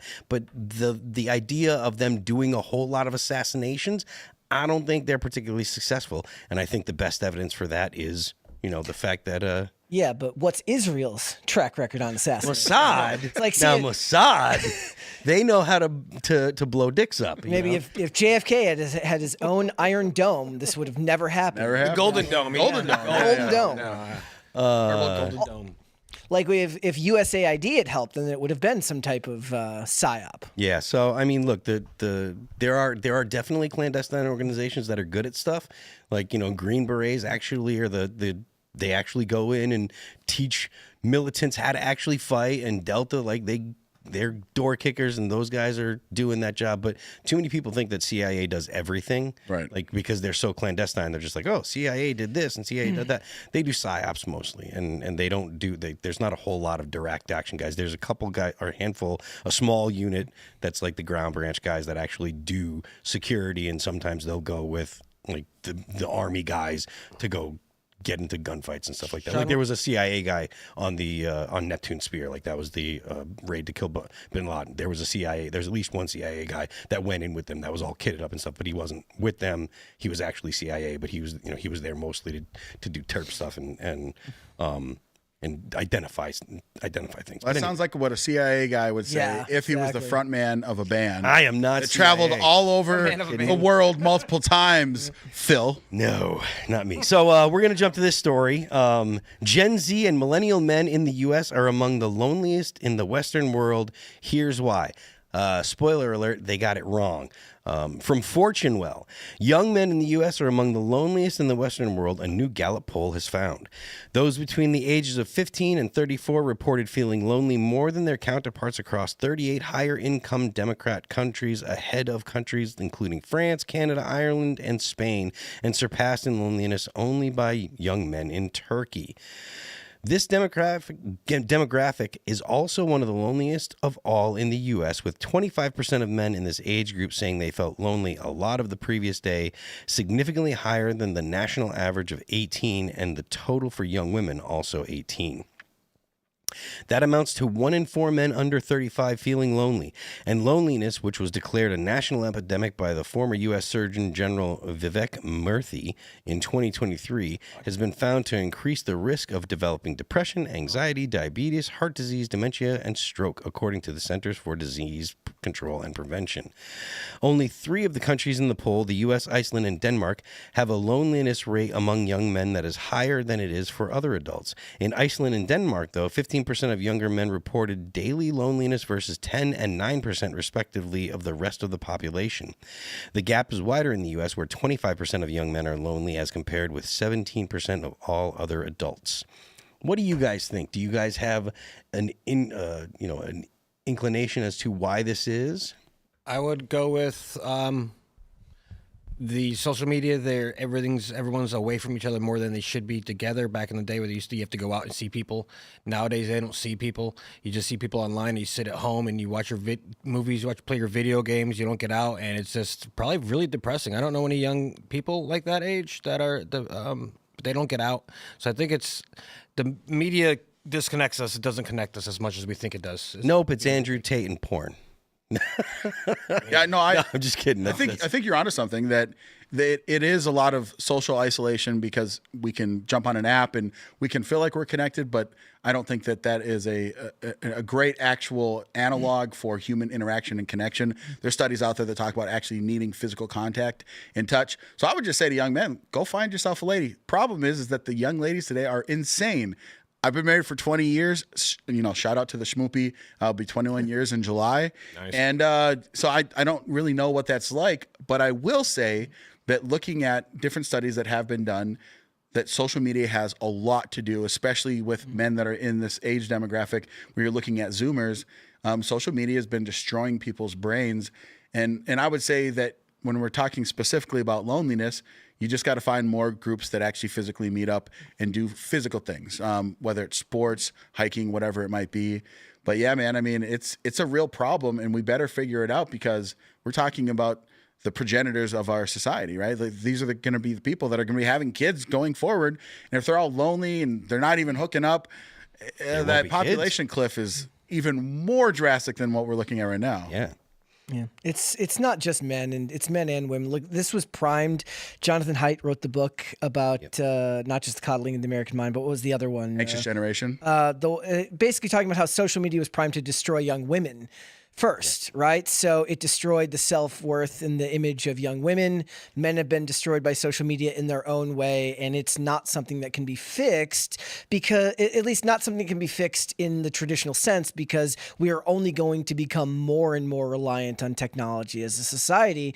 And it's much in the same way that we have the discussion that having an argument about politics is very different in person as opposed to arguing with someone on the internet. Trying to court somebody of the opposite sex is also very different in person as it is on the internet. And a lot of women talk about how men they won't approach them, because most, like, up to a certain range, like a lot of young men, they've never approached a woman in person in their entire lives, because they've read the stories about how when it happened, when some guy comes up and approaches a woman and she takes poorly to it and they get labeled a creep, something like that. Now, those stories, however, how common they are, I don't know, but a lot of times, just like everything we talk about with politics, that's the stuff that gets clicks, stuff that sells well for the people who write these articles. And a lot of these problems aren't going to be fixed by anything like that. Dating apps have like lifetime options where you can buy you can buy a lifetime. Really? Yeah. Like imagine that. The whole point of it is supposed to be that it gets you off the app if it goes. Isn't that more of a feature of hookup culture, though? Yeah. Well, that's what I'm saying. That doesn't bode well for actual human connection if the whole point of it is to get married and have kids, because all all hookup culture is going to do is get you vapid one-time interactions that doesn't go anywhere. That doesn't help society if you're really talking about making changes culturally. That's just the same thing that was happening at nightclubs, but with none of the actual camaraderie that might come with going out with your friends at night. Yeah, like going back again, when you talk about Jonathan Haidt, I've read every single book that he has. I think it's fascinating, talking about moral foundations theory. But Anxious Generation is the most recent book that he wrote. And earlier today, quite literally, man, I was having this conversation with my younger brother because he has a 9-month-old baby girl. And he's talking about like, hey, man, I don't want to have like any screen time. And I was telling him like these studies show like it's damaged our generation Alpha and also, the Zoomers, it's damaging them because we've moved from being a play-based society to a phone-based society. And it's creating like little anxiety-filled narcissists. It's horrifying. And luckily certain states have already made moves to like get rid of it. But the one thing I would say, if you got a kid under the age of 16, don't let them use social media. As difficult as that might be, it's destroying them and it's making them feel anxious and lonely. And the idea of schools putting screens in front of kids all the time now, which is, it's bad enough that you've got, there are a lot of parents that are just like, well, the screen can babysit them. You put whatever on and that'll keep them busy. But nowadays, kids, as soon as they go to school, they're doing things on screens and stuff. And I'm not doing that with my kid. Like homeschool your kid, man. Homeschool your kid. I'm going to have my first in October and I'm not putting screens in that kid's hand and I'm not sending them to school because I don't want their face to be shoved in a screen. That's terrible for a child.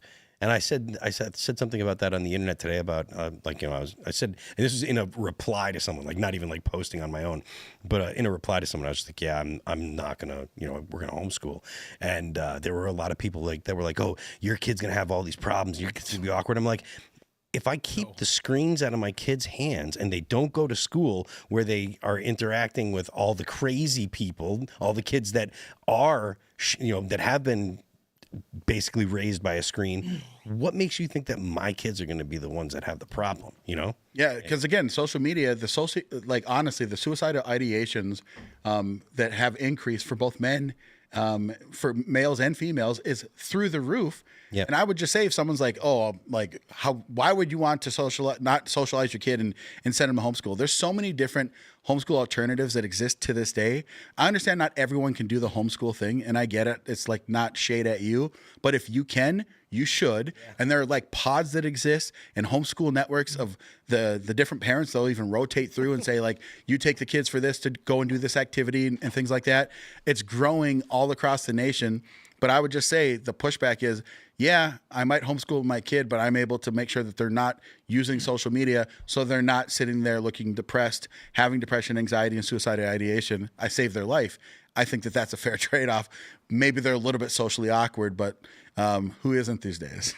Well, also, look, it's not just good advice for kids. Like, as an adult, my fiance definitely has to remind me to like take my eyes off the phone from time to time, as I tend to be there, whether it's because of work, which is my excuse most of the time, that I'm working and things like that. You have to also disconnect from your phone and re-engage in the world. And a lot of times for us, that's like no phones at dinner, something like that, it seems weird to have to say it, but sometimes you have to force yourself away because the technology is just so easy to get stuck in that you have to remind yourself that you need to reconnect with the people around you. And like for me personally, the tools you learn in sobriety have worked with me in this, which is partly like I can tell myself, I can feel when I'm getting more anxious or more annoyed because I'm on my phone more. And you have to be able to notice that, catch it, and then disengage from what you're doing. Go outside. For me, it's go skating. For other people, it's go work out, run, whatever. But that technology isn't just dangerous to kids. It's just as dangerous to people our age, or like you said, the people in their mid-20s who aren't able to find a spouse or find anyone because they feel so isolated. Phil, I know you got to get the super chats, but just on Brett's point right there, gentlemen, I get notifications monthly, like, hey, you've been on your phone this much, and I got one recently. It was like, I've been on the phone less than the previous month, and it was like a dopamine hit because I was like, yeah, let's go. I'm not on my phone as much as I was paradoxical. the month before. Yeah, I know. I mean, I'll take it. So I'm hoping for next month. I want next month to be less and less and less. And if not, then you will fall into a very deep depression. Yeah, and then it's a corresponding dopamine hit. I'll take it higher for someday it'll be 0. Yep. Well, that's impossible. Never mind. But well, when you have your Neuralink, 0% it won't even track that because you'll always be connected with the Neuralink. Me and my girlfriend are talking about like when the baby comes, like phones just stay like somewhere else, and possibly like I'll have a computer and I'll use the computer, but having the phone on you all the time is going to just teach the kid that, you know, this is what you're supposed to do. You know, we'll have TV, but I don't want like Miss Rachel raising my kid. You know, I don't want the standard TV shows that kids watch to be the thing that, I don't like. I want my kid to like listen to people talking normal. And if you look back, the way that children used to talk, like when they used to learn how to speak, it wasn't, you know, it was like Mr. Rogers would speak slowly, but it wasn't like weird noises. And if you listen to like the kids shows nowadays, some of them don't even make noise, like don't even speak. Like the Teletubbies never talk. Yeah. You know, and I know that they're not new nowadays, and there's probably you know more modern stuff that kids watch, but they don't actually speak. And I'm like, that's the reason why like a lot of kids don't speak well now and they can't articulate themselves is because they don't hear adults articulating properly. They get baby talk, they hear shows that have baby talk or don't actually have words, and that's their entertainment, and it affects the way that they learn. Kids need to hear normal conversation, and I know that this may sound crazy, but I'm going to put on like the normal stuff that I watch, which is a lot of podcasts and a lot of news and stuff like that. And my kid's going to hear a lot of that. I don't know what it's going to actually be like when the kid's around, you know, but like I tend to have, you know, stuff going all the time, and I'm not going to put on just something for the kid to stare at, especially when the kid's like, you know, really small, you know? Yeah. And I think that there's different phases because all that's good at, you know, very, very young age. But the key is that Jonathan Haidt talks about is that you got to teach your kid how to go and play and be a kid. Yep. Like, so they can actually like problem solve. The reason why there's so much depression and anxiety is because you can block people, you can gang up on them online, and you actually don't have to solve any problems. Mm-hmm. It shuts down your ability to actually solve any type of group dynamics, which causes more anxiety because we're social creatures. So if you no longer have the ability to have the tools available to solve problems by interacting with other people, you will fold inwards and you'll be like, wow, this really sucks. I'm isolated. And so, yeah, I mean, everything that you said, Phil, I think there's actually empirical evidence to show that that's the way you should do it. And then the key to all of that is that when they get to the age where they can play with other children, make sure that they're doing that and they're not just like playing online, that they're physically going and playing and problem solving together as children, and they're going to learn the social dynamics, and that's what will actually allow them to have proper brain development and group dynamics. Have you seen the videos where a parent turns on Coco Melon and the kid hears it from the other room and starts running? It's like a Pavlovian response. Bro, it's like in the corner. Baby brain crack. That's what it is, dude. I don't want that. Phil's going to turn on Lex Friedman for the kid. First going to put the kid to sleep like that. Yeah, the kid will sleep. Sleep right through it. You know?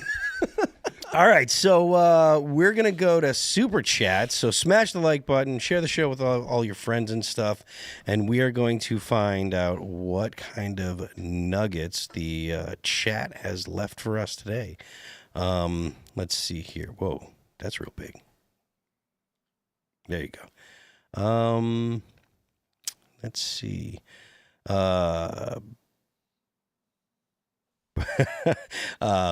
Bright Results Media says, give it up for President Trump calling out the president of South Africa to his face. It was really interesting to see, you know, Donald Trump not only, you know, contradict him, but have that video put together for when he arrived too, because they knew what was coming.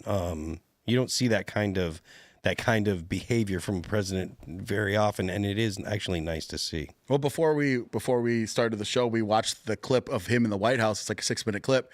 And it's funny because he even asks him, he's like, so what do you think? And then the president's like, you'll find out from, having people here, people that are in my cabinet. And then President Trump's like, well, actually, and you can see Elon in the back looking over his shoulder. We got some video to play for you. And then the president of South Africa, his face is just like, oh, man, I am effed. And I love that about Trump because he's like, hey, I'm going to give you a chance. If he would have came out and said like, hey, we got some real issues, but he knew he probably wasn't. So he had everything queued up. And that's just a boss move, man. Trump's the man. Has this guy never seen a police procedural? They always come in with the TV and they're like, actually, we have evidence right here. Erica's America says, y'all pour one out tonight for our rooster. Not so mean Gene. He protected his girls until the end. He loved me, his favorite tender, and kept all the hens in line. He was the best boy. Rip Gene. Condolences.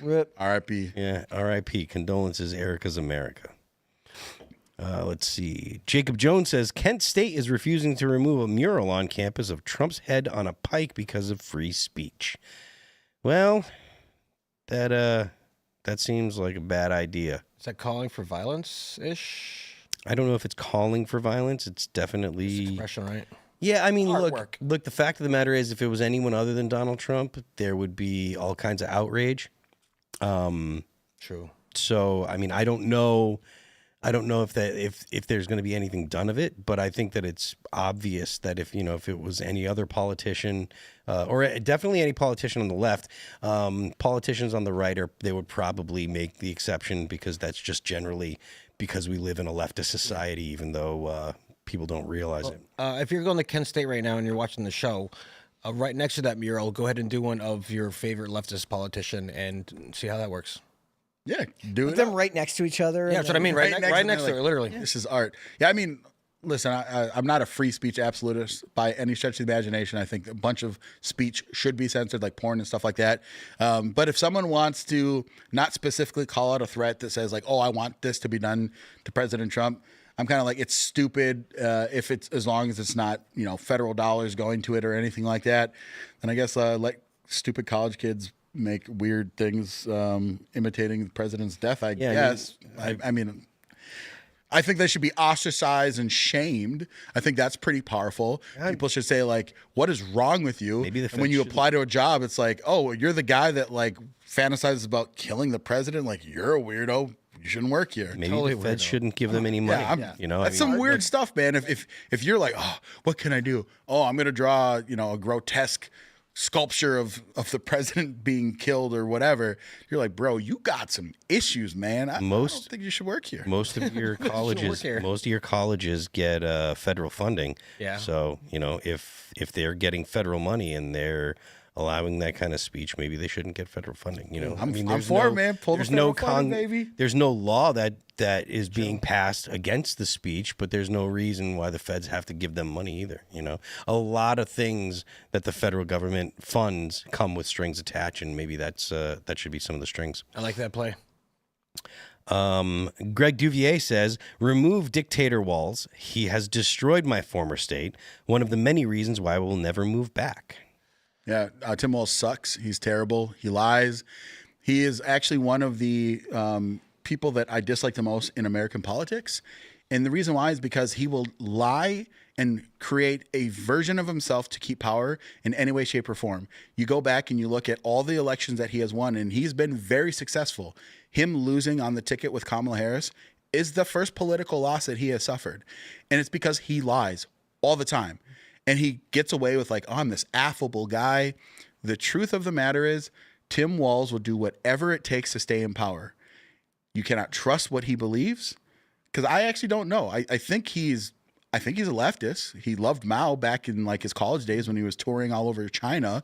But he's a terrible human being. And the only way that he will lose power will be if the American people and specifically the people in Minnesota realize that he is a liar. I like him. That's the only way that I know you like him because you want him to run for president. So He knows how to talk to me. He's one of the few politicians who knows how to talk to me as a white guy. As a white guy, yeah. With his jazz fingers. Jacob Hawley says, our Congresswoman, Tammy Baldwin, was holding a town hall, and I S.U. not. She was complaining about no tax on tips bill and was telling her constituents how a smaller paycheck is actually better for workers, corporatists.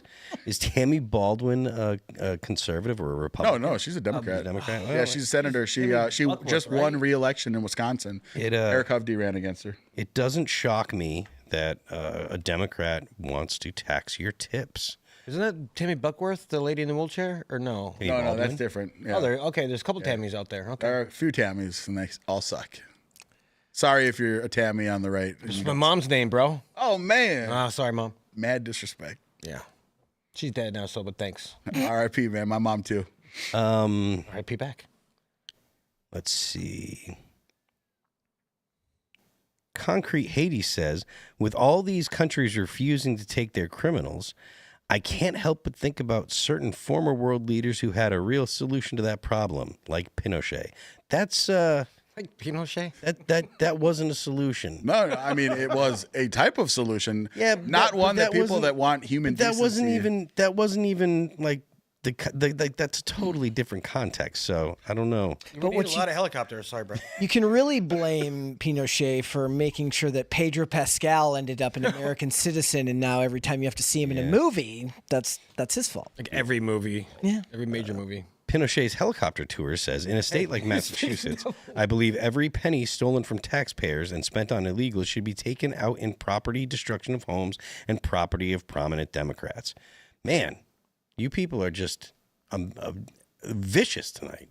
I disavow. Pinochet's OG too, man. He's been here for a minute. Disavow. I'm going to get away from the Rumble rants because you guys are just wilding over there. Oh, that's what's this. Okay. Makes sense. Cain Abel says, we are not going to war with South Africa. We are letting asylum seekers into our country. Also, it is in America's interest to bring farmers to the USA that know how to farm.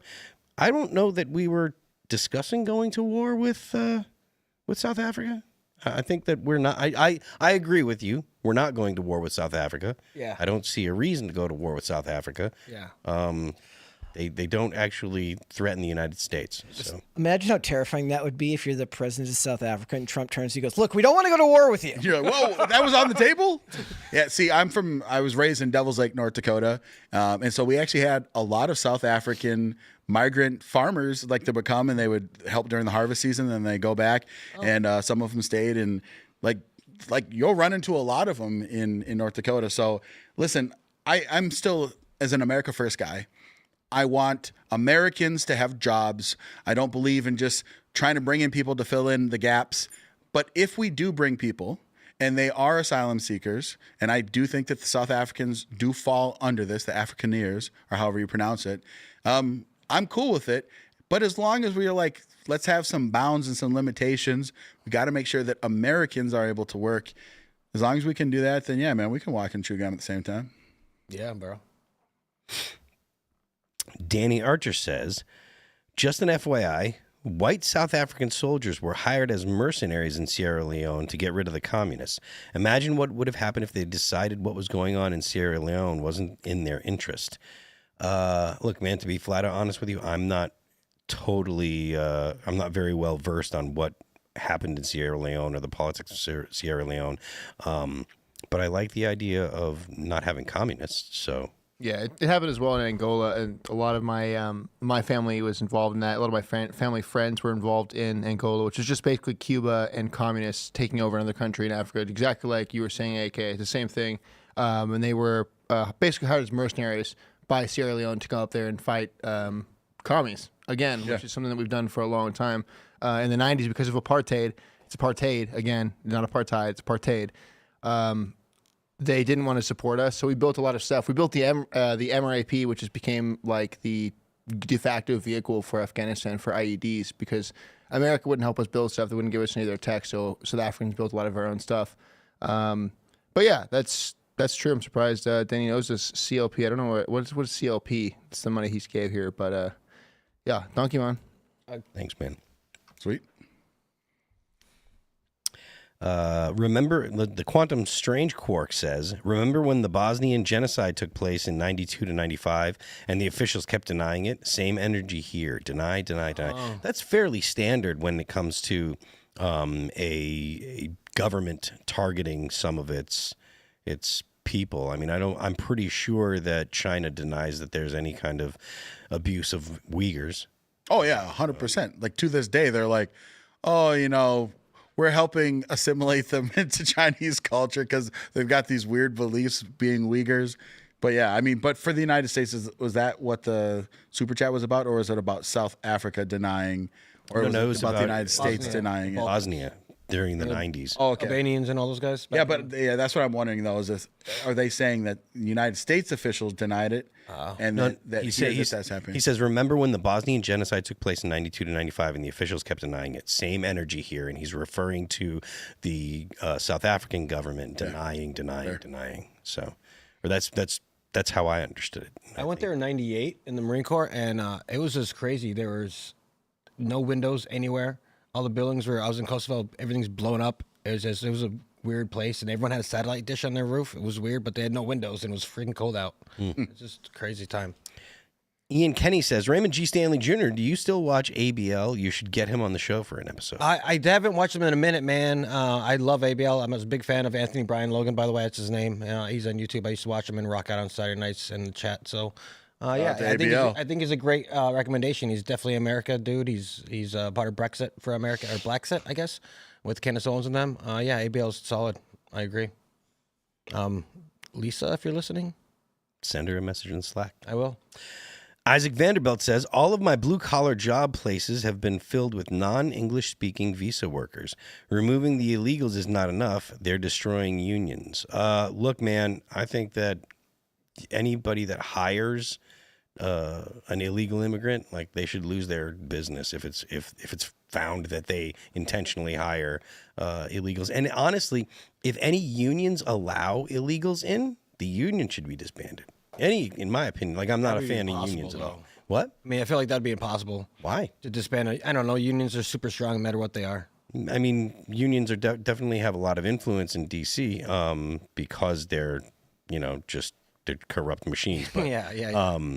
But yeah, like, look, the point is, if you are breaking, immigration law, there has to be significant ramifications for it, and that's part one. And part two is, if illegal immigrants can't get work because they won't be hired by a business, or they can't get into unions, those kind of things, any kind of obstacles that we can erect to prevent illegal immigrants from finding work is also a deterrent for more illegals to come here. Yeah, and I think specifically the super chat was about visas that were handed out to non-English speaking, because he said, like, going after illegals isn't enough. Okay. Now, I do agree that when we look at taking people into this country, we should have criteria that make sense, right? Like, highly skilled. If we're looking at, labor jobs for the specific purpose of, like, we just want to have someone that will come here to fill the grunt work, I still think that there's a lot of Americans. I think that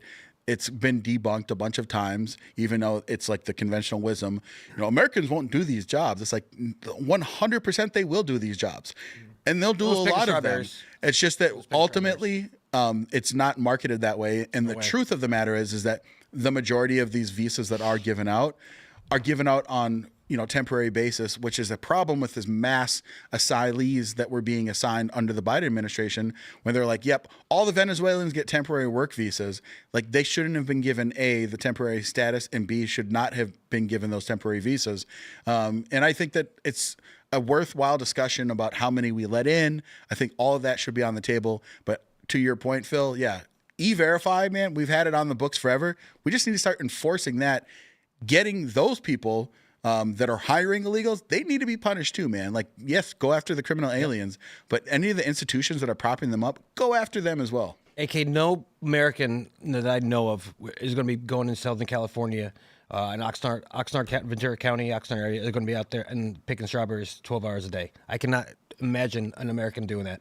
And here's what I'll say is that if you set a standard where no American, like, you're like, yeah, no Americans are going to do it, Well, if you want to have a job and let's say that there's minimum work requirements, you're going to take a job. So like this is one of the things that is being discussed right now, having work requirements for able-bodied adults, right? If they get health insurance, they might do it. Right. Yeah. But that's my point. So the problem is that people will have this idea like, oh, I would never do that job. Listen, man, if you build an infrastructure and more specifically a culture around it, people will do it.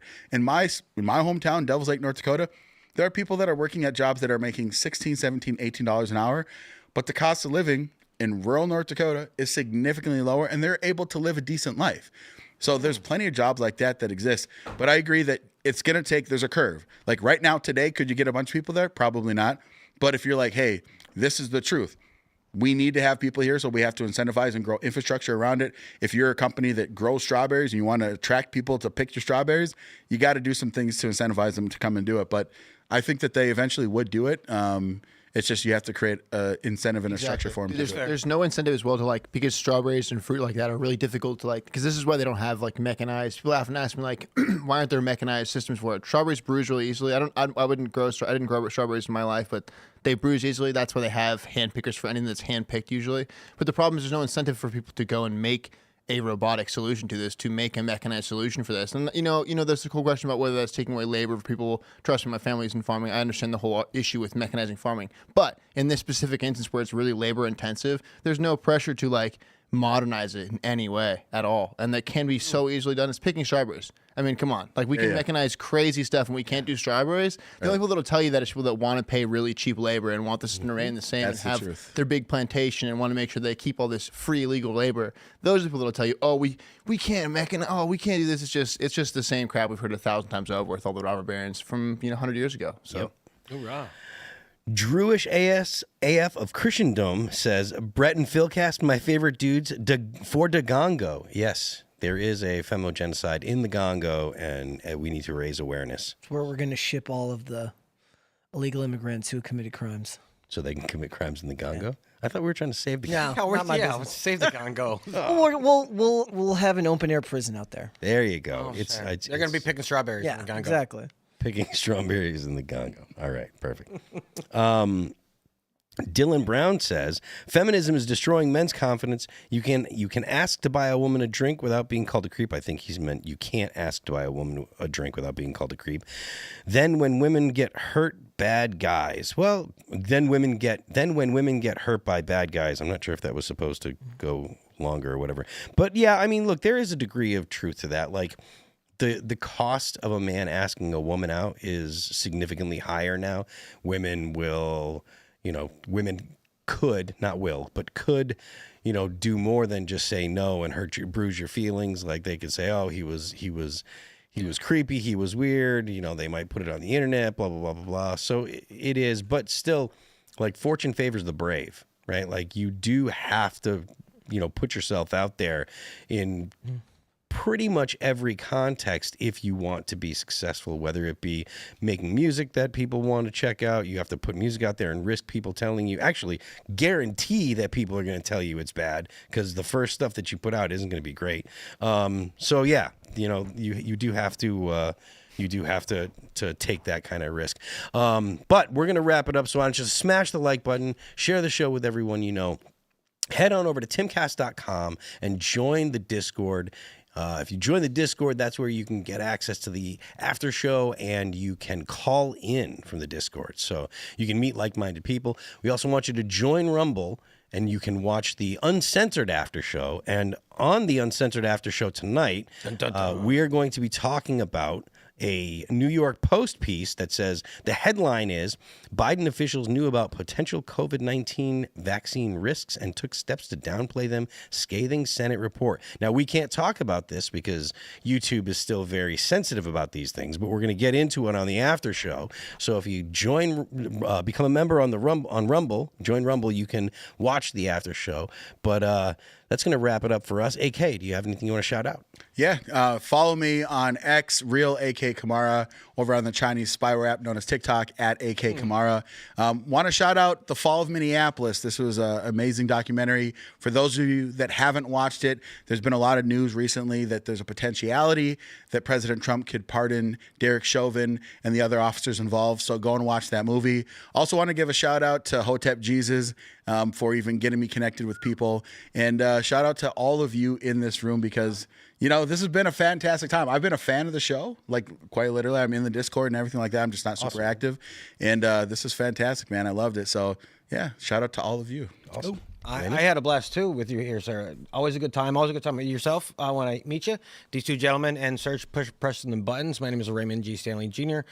Follow me anywhere in the world under Raymond G. Stanley Jr. I planted trees. Like I told you, great men do things like that. Brett?